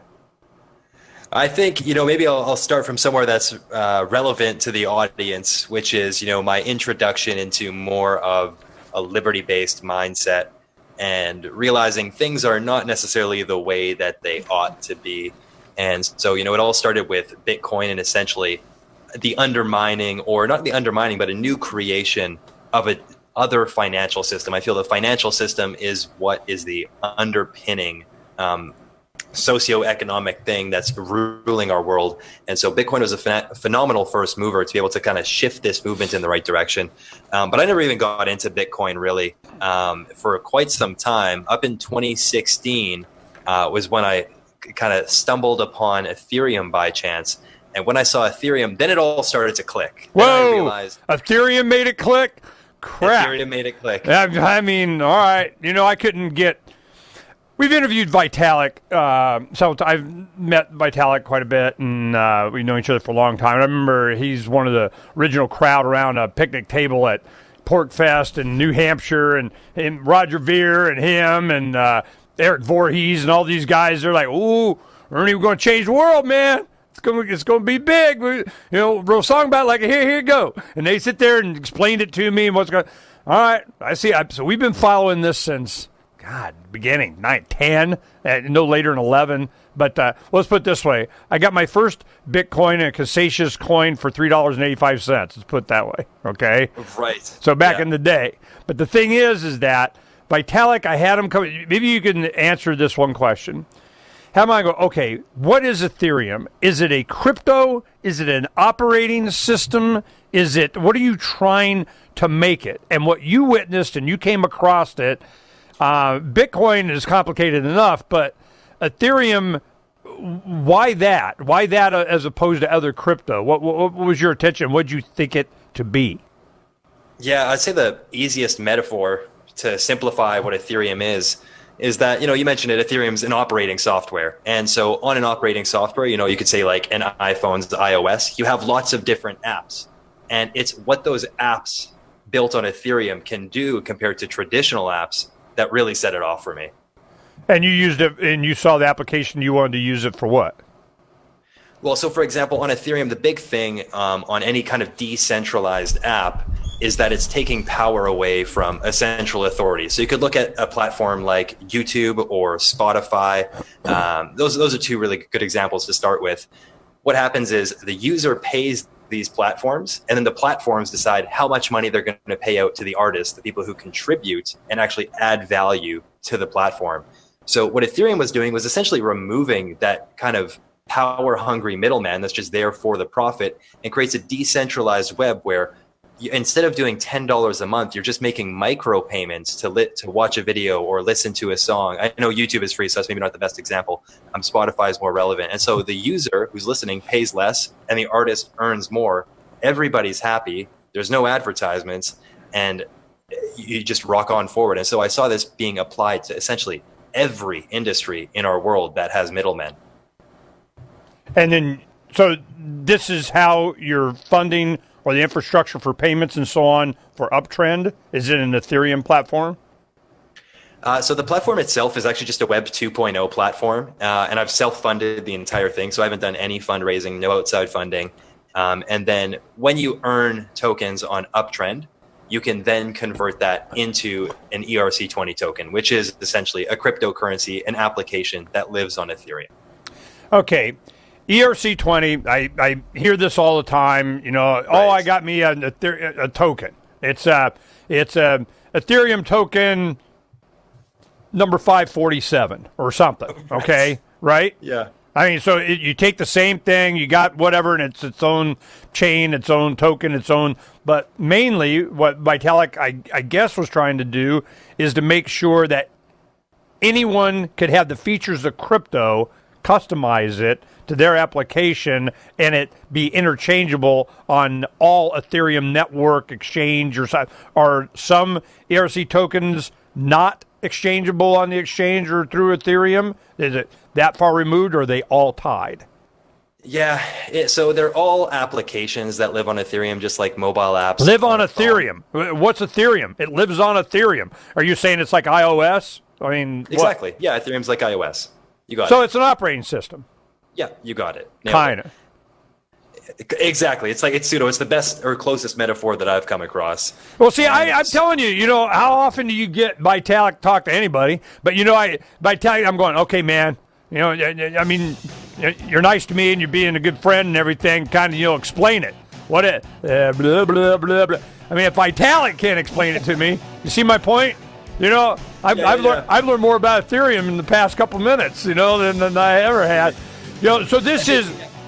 So I can see extrapolation is so high level that it's, I find it's a skill to be able to bring things down to a simple level. Maybe not a skill that he possesses a lot of skills. No. He doesn't, but he's a nice guy. The overall picture in the real estate market today is one of frustration when you take many factors into consideration. The housing market pundits would have you believe that everything is okay, but the long-term trending on the real estate numbers say otherwise. You are starting to see another wave of commercial and retail center vacancies, which follows a downturn in the residential market. So when you are ready to sell your house, I can help. This is Donna Hancock with Silver Alliance Realty in Phoenix, Arizona, and I can take some of the guesswork out of the home selling process, providing you with market trends in your area and detailing what you can expect before, during, and after the transaction. Being in the real estate business for almost 20 years now has afforded me knowledge of the market, networking with industry specialists along the way. And that includes professionals that can help after the sale to help protect your assets. So let's get moving today. Please feel free to call or message me at 602-828-1819. That's 602-828-1819. Or visit my webpage at donnahancock.com. Hi, I'm Derek J. To me, an activist's calling is to actively work to advance a cause. The cause for which I work is personal freedom. I believe my life is best when I engage in voluntary interactions and self-government. I reject the idea that anyone else has a higher claim to my life or my body than I do. I see people who call themselves the government as a threat to my personal freedom.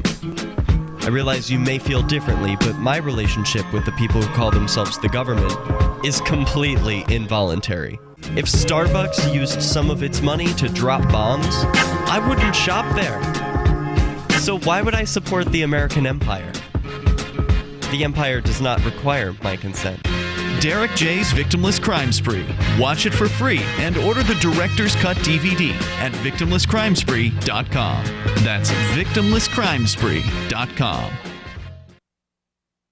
Looking for a great real estate investment? Consider New Hampshire, which is ground zero for the Liberty Movement. Your first call should be to Mark Worden from Porcupine Real Estate. He's more than just a real estate agent. He's your New Hampshire concierge. Where are the best places to live? Do you want farm, city, the burbs, or forest? Do you want a duplex or multifamily building so that renters pay your mortgage? There are homes in all price ranges in New Hampshire, and Mark can help with financing too. Invest in liberty and property. Mark Worden can help. PorcupineRealEstate.com. Now that you've found the Liberty Radio Network at LRN.FM, you may want to help expose others to our great programs. To assist you in doing so, you'll find resources at promote.lrn.fm, including details on how to get a free bumper sticker, quarter-page flyers you can print out and distribute, banners for your website, as well as files that will allow you to make your own custom banners and graphics. Visit promote.lrn.fm and help bring new listeners to the Liberty Radio Network. That's promote.lrn.fm. On Free Talk Live, we're bringing people to the ideas of liberty every day. From wrestling superstars like Glenn Jacobs. You guys really are having an impact, I believe. Like I said, a lot of where I am now is due to listening to Free Talk Live. You changed my mind on some very important issues years ago. To random people tuning in on the radio. I was kind of stuck in the left-right paradigm. I heard your show by chance on a Saturday night. From there, I went on, joined the Free State Project, and become an amplifier. So, I mean, that's really the reason why I amp is because I know that if it wasn't for you guys being on as many stations as you are, I never would have found the ideas of liberty. Your amp will directly change more lives by getting Free Talk Live in front of people looking for talk radio online and on the air. When you amp Free Talk Live, you get perks like access to the AMP-only Facebook group and AMP podcast. Visit amp.freetalklive.com. What's up next? Visit the Liberty Radio Network program guide to find out at shows.lrn.fm. That's shows.lrn.fm.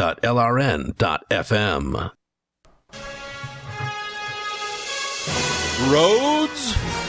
It's the Ernest Hancock Show. Where we're going, there aren't any roads. We don't need no stinking roads. Okay, this is give them the catapult channel. All right, standard here. Now, Uptrend with 2 N's, uptrend.com is a new platform. It's already got thousands of users. You just got, 5,000 last month or something. So I'm going, okay, so it's up and coming. It's based on Ethereum token that allows for payment as you use it and comment and so on. I don't know where they originally come from. Is it subscription based? Do they, pay with your token as they come in, or Ethereum or something to begin an account, or do they earn it another way? Free to use. It's 100% free to upvote. Where all the funding comes from is advertisers. We just redistribute that wealth. Okay, so you have advertisers on the site. You keep your little itty bitty teeny weeny administration of Jeff money, and then it goes out to everybody else based on popularity of their commenting or their weight as they have in some kind of weighted. They got a bunch of people following them or something. How do you do that? How do they distribute the token? Yeah, so essentially every time you get an upvote, whether it's a comment or a post, you earn 1 token.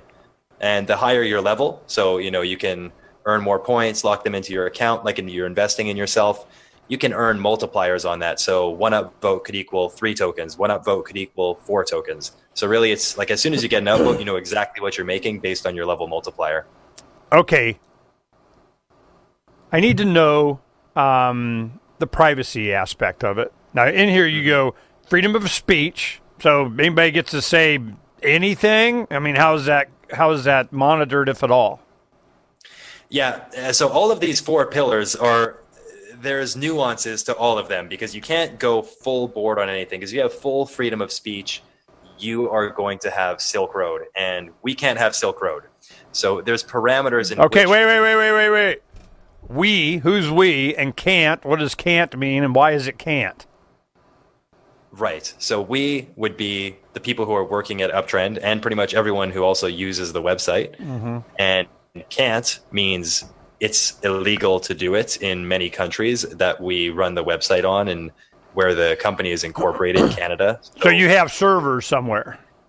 That's right, yeah. So there is an address with a GPS coordinates for the Hellfire missile of you better do what the hell we tell you. Right. Yeah. Hey man, you think I know how this works? I mean, hell, you even favor Cody Wilson, okay? So this is, I've been with guys that are controversial, that have a lot, man, they get targeted when they want to target you. So I'm just like, this is what's going to happen. So you have a controversial. See, it doesn't make you controversial, really. I mean, you're what is your criteria for? Because in the break, I told them about the catapult thing. So I'm going, all right, I want to have a site that cannot be. I'm going to invest a bunch of time and money putting Freedom's Phoenix up there. I'm going to have all kinds of promotion to go to it, go engage on this. You pimp it, you pump it, and go here, and here's our page of whatever we're on Uptrend. Mm-hmm. And then something controversial happens. I have no idea. There's some gun confiscation ban, impeachment, whatever. Last night I had a Russian Orthodox Jew on, came on, do the Trump report, me and Dr. Frank, and podcast A Secret, a book this thick of, oh my God, I know Putin is this and that, and from Mother Russia, and I'm reading and this is happening, the conspiracy of the FBI, and I sent, and Trump shows like that get taken down sometimes, okay? They go, nope, and YouTube says, and we'll decline, Facebook, nope, it's not going up. You have certain words in there, even in the freaking title. Oh, my God, we had a vaccine education summit this last weekend, 150 people there. They start putting up the pay, and they don't meet our community standards of Facebook if you're not allowed. This happens to us all the time. So I'm going, all right, so where am I going? Am I going to Uptrend? I don't have to worry about it. What kind of notices you get that you respond to? You see my point? So if I'm going to put this type of investment in it, I'm looking for something that, I don't have to worry about that. Well, I get but our policy don't mean nothing to me. If those can take it down or do it, I just want to know what the compliance officer is. Is there a person? Is there an email? Somebody sends you something. How does that work to be in good graces with the man? So tell me, from a person that started a small platform wanting to be free and everything, what is it you really have to comply with and how? Help us out understand what this condition you're in. For sure. Yeah, great points. So essentially, if it's legal, it's allowed on the platform. That's essentially it. The big thing when we're talking about freedom of speech. Well, then we're country by country. Some things are legal in some places, and in other places it's not. Right. Hate This speech. is a good point. You violated my self-esteem. You scumbag. You comb your hair wrong. You wear the wrong shirt. Right. I mean, whatever the hell. So I'm just. So we'd be going by the laws of Canada in this instance. Oh hell! I'm feeling better there. So, oh my God, Canada has all kinds of hate speech crap going on, doesn't it? Well, there's that thing with Jordan Peterson that went on recently, but that was kind of put down pretty quick. I haven't more of an expert in this topic than I would be. So I'd love to hear what you. Well, no, I mean, you're getting. Have you or have you not gotten requests, either copyright or obscenity violation, or it said the bad word about something. Somebody's sending you something. Which ones do you listen to? What's the criteria? What's the law? And they'll cite, well, you're in violation of, you made me feel bad, law number 483. I'm just wondering, who is this person that makes the decision? How do you delete? What's the criteria? Help us out, because I don't know. I mean, this is, everybody's saying, okay, God, who is it? Hell, I can't remember his name. Jeremy Kaufman. So Jeremy does library, okay? Library is like, we got some library here, man. Oh, it's good. We go and we spend some time together at Pork Fest. So he's telling me all about it. My IT guy is all excited, and we might do something with them. But what's the big thing? Because of the way that their mechanism works, you have nodes. People have these nodes. Now, they don't have to run it, and they sure as heck don't index it. So it won't be on your front page if somebody does something. Well, man, we're not pushing that because that's like illegal. But it doesn't stop the nodes from having all this stuff. Go talk to the 5,000, 10,000 people that are doing it, and then maybe you can get it down off of stuff. So it's these kinds of questions. What he does is that on library, it's not on the trending page, or it's not on, it's got like a shadow banning thing or something. Is how he's able to get away with it. So from you, when they send it to you and they want something stricken down, or somebody, uploads a copyrighted porno or something, I mean, whatever it is, I need to know the mechanism by which you know it's there and how you take it down, from where, how they're noticed, and just anybody sending you a letter, or does it have to have some shiny badge seal on it or something? You see my point? Help me out, because I don't know. How does that work? Yeah, for sure. So right now, again, we're very infantile, and we didn't get any funding, so it's just like stage one. And so how stage one is working, to answer the question directly and not skirt around it, is it's a simple. Are we on a break? I hear music. No, we're going there, but you got 20 seconds. Go. Okay, yeah. So essentially, if anybody reports it, then a moderator is going to see it, and they can then deem, okay, is this illegal? Is this not legal? Is this in line with our terms and conditions? And that's that. Okay, so it's a human being. Human being. And their title is what? The human being that gets those emails, or they're like a compliance guy or moderator, okay? Yeah. So this is... So you've signed the Shire Society Declaration and are planning your move to New Hampshire to be around more liberty-oriented people. Next, sign up for the Shire Society Forum at forum.shiresociety.com. There are a bunch of people there who are already in the Shire, and they want to meet you. If you're already in the Shire physically, you should also come by the forums. Remember, not everyone uses Facebook. New people are signing up for the Shire Society Forum every month, so drop in and say hello at forum.shiresociety.com. There are lots of ways to listen to Free Talk Live. Our podcast has been around since podcasts began, and now the FTL feed is loaded with content besides our full show archives. Did you know that we make it easy for you to customize your podcast subscriptions? We have different feeds, one that includes only our full shows, one with just the Daily Digest, and one with just the Edgington Post. You decide what you listen to. It's quick and easy to customize your feeds at feeds.freetalklive.com. That's feeds.freetalklive.com. The Free State Project has reached its goal of 20,000 liberty lovers who've pledged to move to New Hampshire and get active to achieve liberty in our lifetime. Perhaps you're trying to figure out what part of New Hampshire should be your destination. If so, consider Keene. You'll find more than 150 reasons to move to Keene at move.freekeene.com. Keene is famous for its historic, publicity-generating activism, as well as being the liberty media capital of the world. It's home to freekeene.com, New Hampshire's destination for liberty activism, news, and opinion. For years, we've been compiling over 150 reasons to move to Keene at move.freekeene.com, where you'll learn about some of what's happening here and what makes Keene a great place to live. If you love liberty, you'll probably enjoy anywhere you end up in the Shire. But do your due diligence first. Please visit move.freekeene.com for the full list of over 150 reasons to move to Keene. That's move.freekeene.com.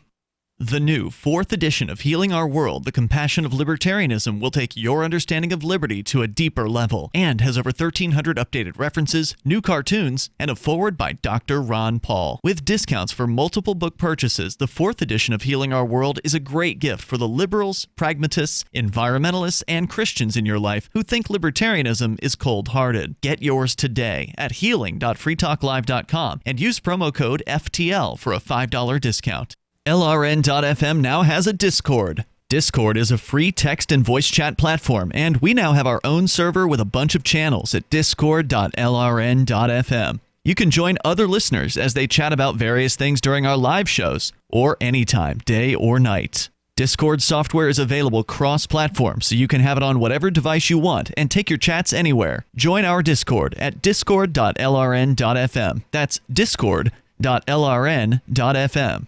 This is Michael Dean from the Freedom Fiends. I've run websites since 1996 and have used over a dozen web hosts in that time. AgristHosting.com is the only one that hasn't broken my heart. Agrist Hosting's uptime and service is stellar, and their DDoS mitigation is the best I've seen. That's important because if you tell the truth in this world, you'll ruffle feathers. And some people will try dirty tricks to silence your voice. No matter what the haters hit us with, Agrist Hosting keeps our websites online. If you have a mission-critical commercial presence or a world-changing activism site, you cannot tolerate any skullduggery. So go with agristhosting.com. Have a WordPress or blog site, but you're not satisfied with performance or uptime? Or just want raw hosting? Want to pay with Bitcoin? Agrist Hosting specializes in high-performance hosting with personalized service. Go to agristhosting.com and click on the button that says Get Hosted. That's agristhosting.com.